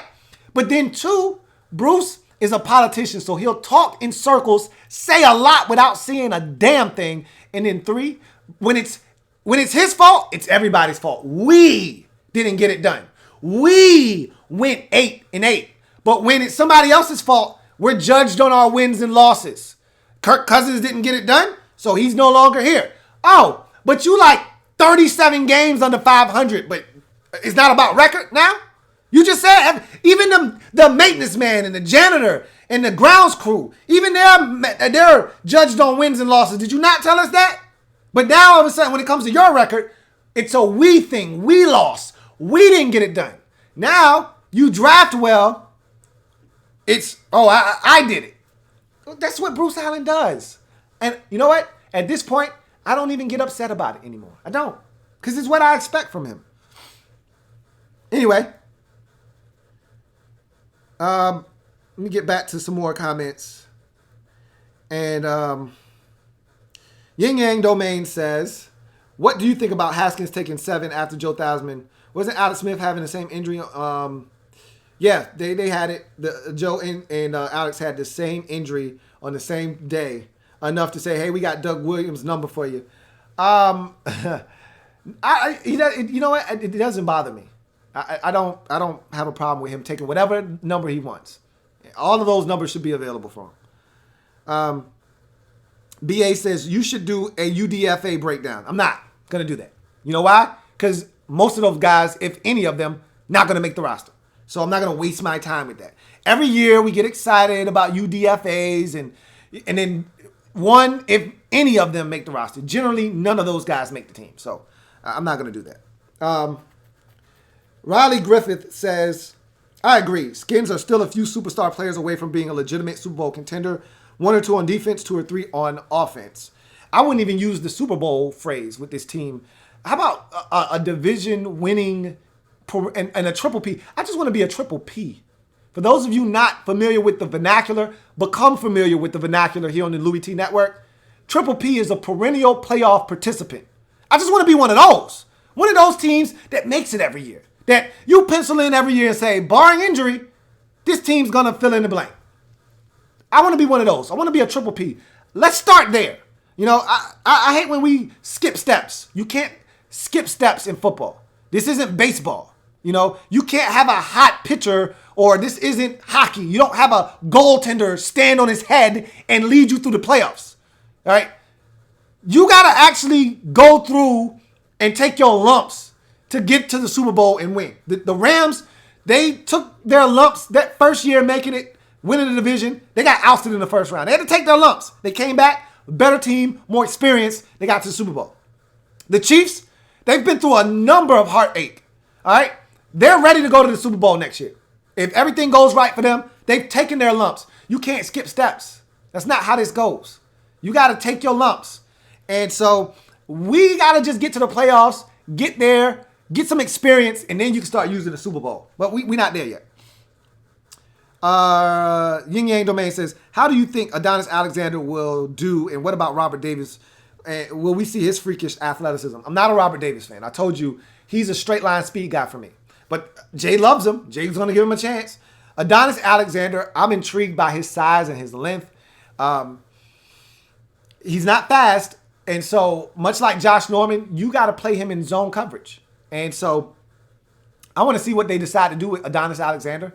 But he's got extreme length. Again, I told you that this DB room, that cornerback room, is loaded. All right, they're gonna be several guys odd men out. I think you're gonna have multiple guys that you're gonna try to stash on the practice squad that may get picked up by other teams. We're gonna have to cut some guys that we don't want to in the cornerback room this year, and I love it. Reese says, I love the way Haskins conducted himself since being picked. He seems highly motivated.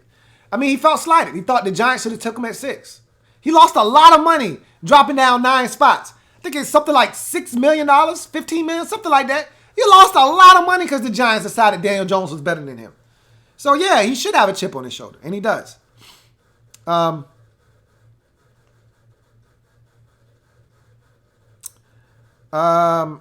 Let's see. Delano Miller says,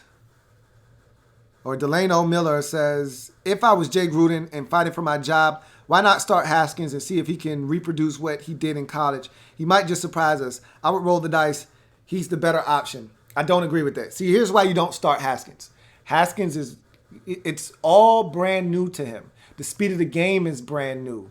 The terminology is brand new. The route concepts are new. The offense is new. It's all brand new. You can simplify for him, but this isn't Michigan. This isn't the Big Ten. You're not playing against Northwestern. You're not playing against Iowa.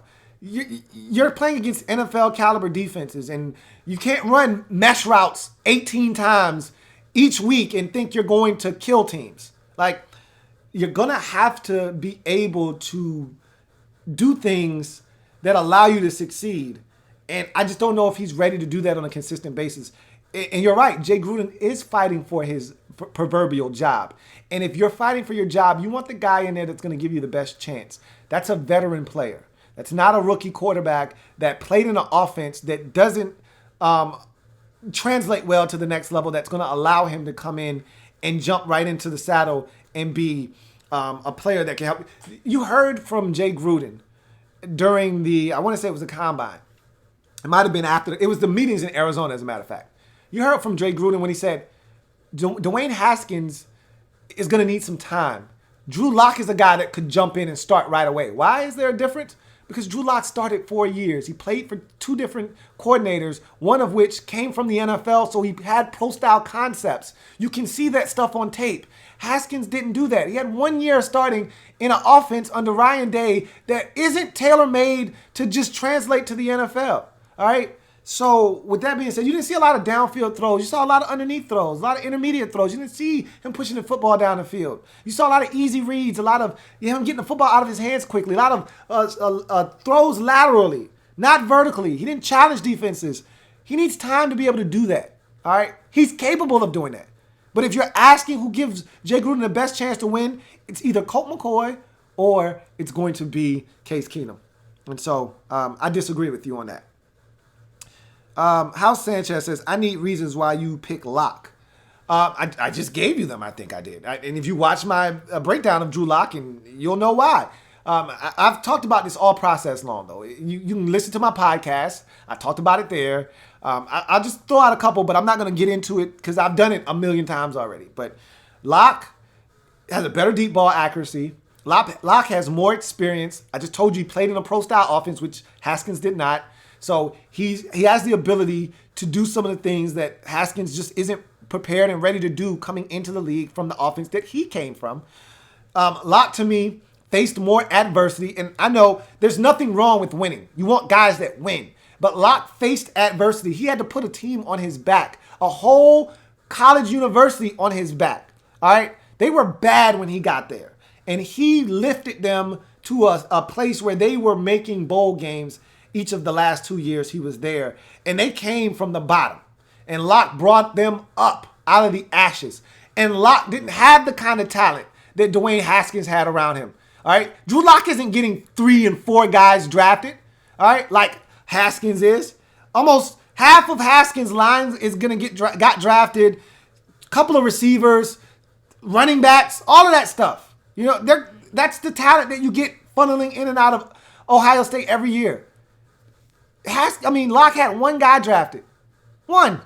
And that was his deep threat wide receiver in Hall. All right? That was it. There aren't many other guys. There aren't any offensive linemen getting drafted.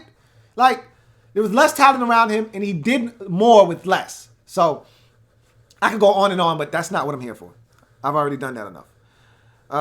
JP says, with one safety position locked up with Landon Collins coming in, who do you think wins the other starting safety job? They could move a guy like Adonis Alexander to safety potentially. I mean, you don't know what they have up their sleeve. Again, Monte Nicholson, we know he's talented. we saw him in 2017 come in and take the job by storm.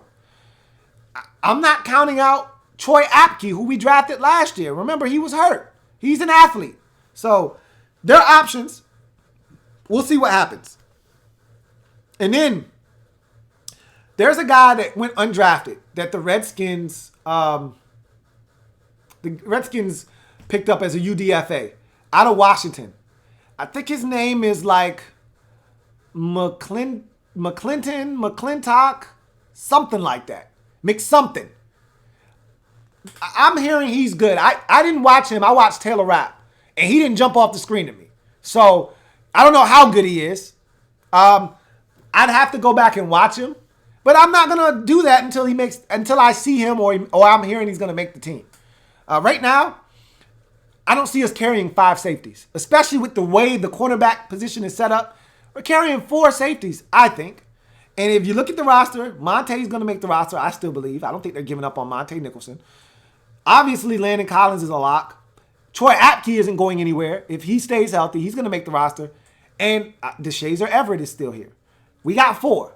Now, DeShazer isn't a lock. And this McClintock or McClinton or whatever guy, if he's any good, he could beat out DeShazer Everett.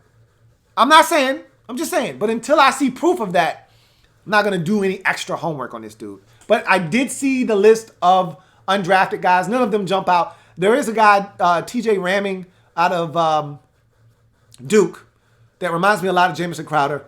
He's the only guy that I think will have a legitimate shot. But maybe this safety guy that everyone's talking about is legit.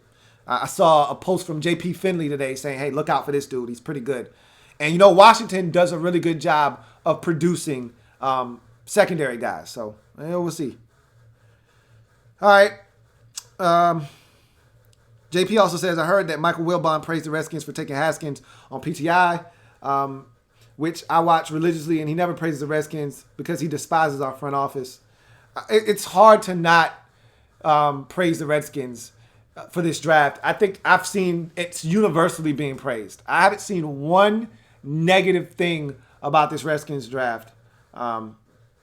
It's pretty hard to find complaints about what the Redskins did in the 2019 NFL draft. Reese says he watched the Devin White video. You show how he can get eaten by blocks. Did you watch the Arkansas, Florida, and Georgia games? He took on blocks head on and beat them. He's capable of doing those things. All right, he's capable of doing those things. But the fact that I showed you games that he wasn't able to do those things shows me that he has the ability to do it. And then I saw him beat blocks. I watched Devin White. I know what he's capable of. But I saw a guy that also got swallowed up by blocks, got moved off the spot. So he's going to be a good football player. I'm not, and you keep trying to defend him to me. You don't have to defend Devin White. You drafted him 5th overall because you love what he brings to the table. He's a hell of a football player. I just don't think he's better than Devin Bush. We're going to see. I may be wrong. I've been wrong before. I'll be wrong again. Hype Dude says, if you trust our players and not our coaches, what if we look really promising this season? Will the coaches stay for next year, or will that make it easier to find new coaches to come here? Coaches want to coach talented football players.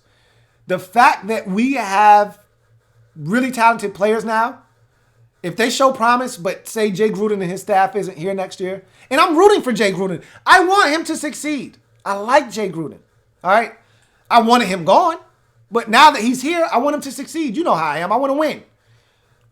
If they don't succeed, though, but you see the talent, that's going to make it easier for them to procure a new head coach and a new staff.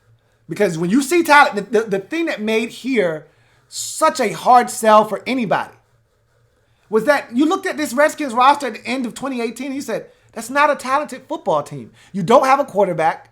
Alex Smith's situation is hanging over you, not to mention an additional $21 million in cap space that's allocated to him that you can't get rid of. So you can't go out and attack the quarterback position. You're going to have to draft someone. And you look around this roster, we were decimated by injuries. You're going to have free agents leaving like we did. This wasn't a talented football team.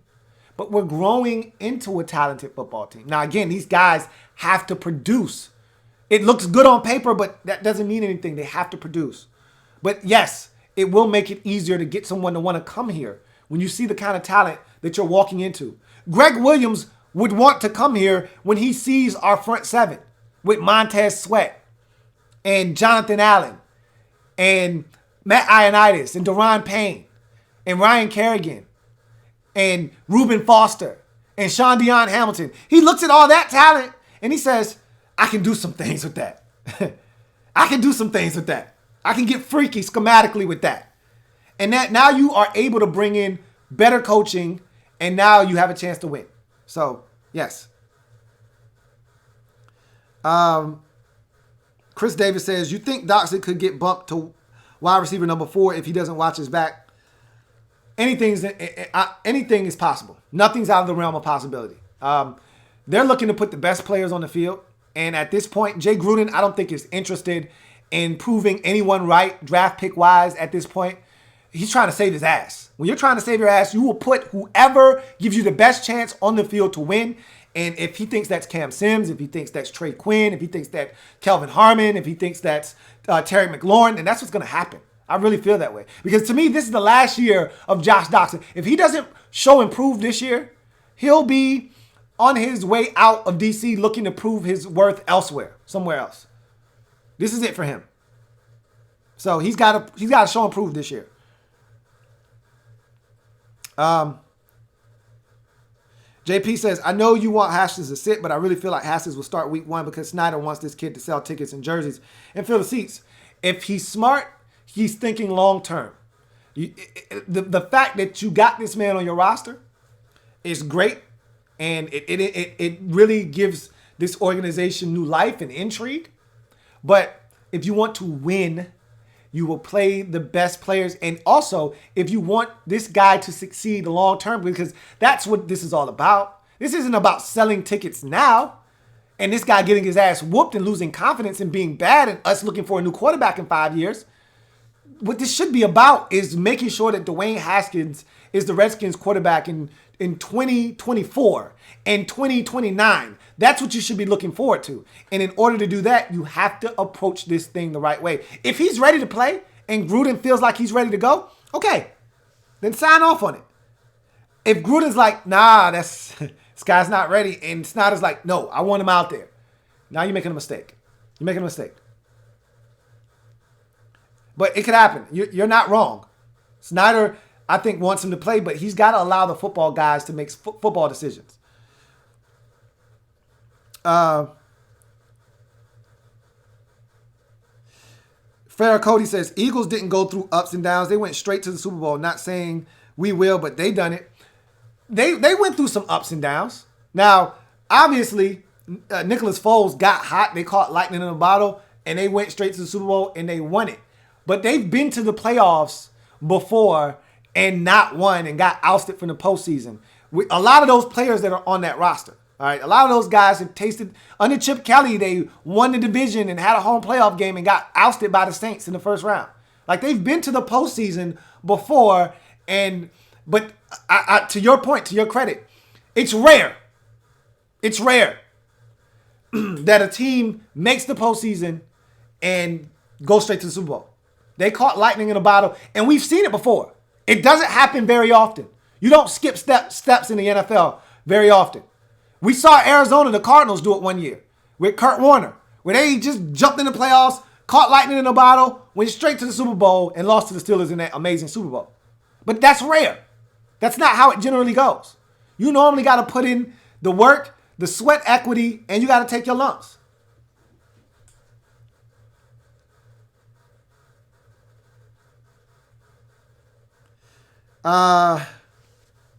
John Perez says, I feel like Kelvin Harmon could be a number 1 wide receiver in this league. Do you think? Yeah, I do. That's why I wanted him in the 3rd round. And I was stoked when we got him in the 6th round. Gregory Lightbody says, do you think Haskins will be a Jamarcus Russell, EJ Manuel, or maybe a Jameis Winston? I'm hoping not. And that's what you're trying to avoid against. That's why you don't want to rush him. You don't want to rush him.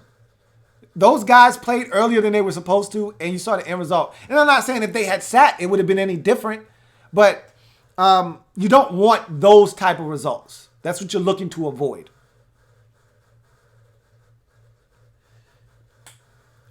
JP says, Kevin O'Connell worked with Ryan Day, who took over for Urban Meyer at Ohio State. They ran similar plays to what Gruden runs, I feel like Haskins will pick up the playbook quickly. So Kevin O'Connell is a guy that they have promoted that they feel like is a really bright offensive mind. Here's the thing. You can't run the offense that Ohio State ran in college here and expect it to work consistently. You might blaze a team with that. But as soon as you get film and teams get film on that, you running 18 mesh routes in one game. You trying to get it. This isn't Ohio State playing against an inferior team and having more athletes and just being able to outrun Penn State to the edges. You just throwing a hitch or you throwing a mesh route and a guy outrunning a linebacker that's too slow to catch him. This is not that. You got to come with more complex concepts. So what I'm trying to tell you is that shit is not going to work here, JP. He's not going to just walk in and he got it. He's a smart dude, though. And he's a tireless worker. So it wouldn't shock me if he came in and picked the offense up rather quickly. He's still got to adjust to the speed of the game. And again, I don't want him coming in and being overwhelmed. I would much rather him wait till the Redskins are 2-7, 3-8, and then play him. Less expectations. If he doesn't succeed right away, it's fine, but you get to see the growth and maturation. But if you throw him in there week 1, and let's say we start the season off 1-4 because that's a realistic possibility with the games on the schedule in the first 5 weeks, and he goes 1-4, and he gets his ass whooped in some of those games, he's going to start to doubt. That's not what you want. You don't want that. You want him to have the best chance to succeed.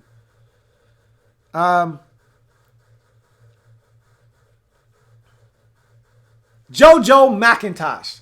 That's the name of the safety. Thank you guys in the comment section for that. JoJo McIntosh. That's his name, out of Washington. He played opposite of the other safety at Washington, Taylor Rapp. And a lot of people say he's good. I can't tell you whether he is or not. I would have to watch some tape on him. But JoJo McIntosh is his name. JP says, I don't expect us to be hit by the injury bug again for the third time. I expect us to be healthy for real. Well, we were relatively healthy on the defensive side of the football last year. The only injuries we had were Ioannidis got injured for a little brief spell there, and Quentin Dunbar went down with an injury that really hurt us in the secondary. So we were relatively healthy last year.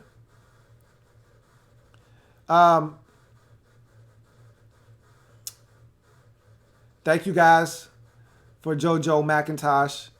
Rockman 1033 says, do you believe we will go after Trey Boston?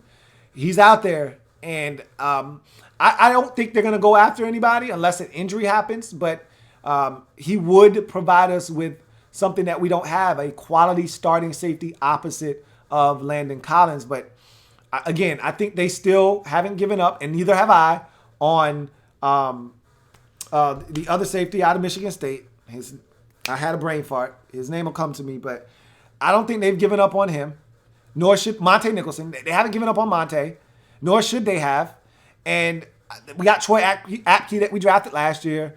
And, now this JoJo McIntosh kid that's undrafted that may actually be someone worth taking a look at. So I don't think they are going to go after Trey Boston.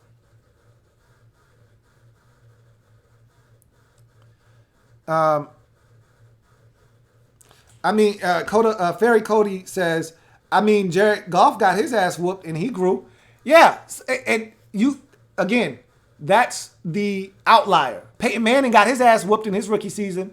We went 3-13. He threw 28 interceptions in his rookie season. You can't do that anymore, though. Like, Jared Goff got his ass whooped with Jeff Fisher at head coach. Jeff Fisher was the worst guy possible for Jared Goff to be under. Like, it was a totally different scenario. You don't want your quarterback getting his ass whooped. That's not a good thing. All right? He's going to have to take lumps. That's all rookie quarterbacks take lumps. That's a part of the job. But you don't want them being thrusted into a situation they're not ready for. That's what you don't want. You don't want to look at another team's handling of a quarterback and say, that's what we want to do. Everybody is pointing to Patrick Mahomes. Let me explain this. We're not Patrick Mahomes and the Kansas City Chiefs. You know why? The Chiefs were coming off of a season in which they won 11 games, won their division, and made it to, I think, the divisional round in the postseason. They lost in the first round to the Tennessee Titans. Take that back. But they won their division and had a home playoff game the year before. They were going into the season with a team that had made the postseason the previous 3 years and winning the division in 2 out of the last 3 years. We're not coming off of that. Team, everybody, the Giants, we're going with the Patrick Mahomes approach. You stink. You're not the Chiefs. You stink. Now, the only thing I can say is Eli probably won't get hurt, and if you want Daniel Jones to sit the entire year, you're probably going to be able to do that. All right? Now, us, we may not be able to do that. We'll see. But at some point, if you're not good, you want to get your young guy in there. It's time to pass the torch. But by no means do you want your young quarterback getting his ass whooped and losing his confidence. There's a reason Josh Rosen wasn't worth a first-round pick. Why? He was the best quarterback in the draft last year, if you ask me. I had him as my highest-rated quarterback. And if he'd come out this year instead of last year, he'd have been the number 2 quarterback behind Kyler Murray. But the reason why he went for a second-round pick and a fifth-round pick, because he got his ass whooped last year. You don't want your quarterback being thrusted into the spotlight too soon and getting his ass whooped. You want to avoid that. Guys lose confidence that way. So, while Jared Goff got his ass whooped, that's not the ideal scenario. You don't want that to happen. If it does and you're able to rebound, they got lucky that Sean McVay ended up being their head coach. I don't know if Jared Goff rebounds with anybody else but Sean McVay. He got lucky.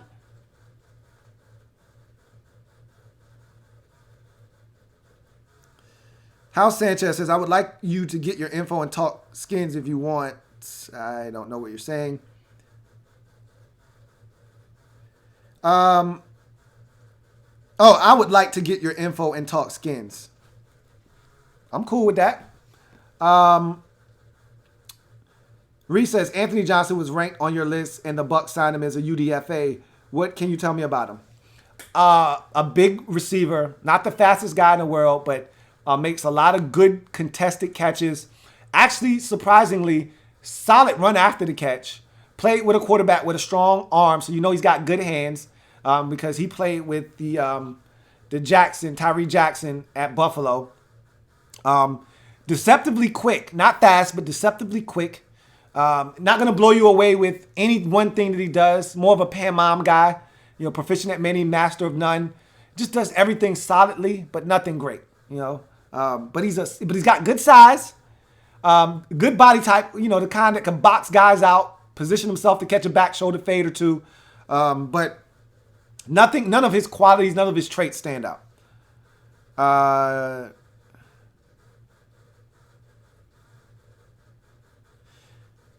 Reese says, Peyton Manning got his ass kicked because his team was diddly poo. Playoffs? Hashtag Jim Moore. My point exactly is that that's not ideal. But could you imagine a quarterback in his rookie season throwing 28 picks? And today, that was in 1998. Could you imagine that happening today and how that guy would get criticized and crucified on social media? That guy would never be the same after a 28 pick season. Are you kidding me?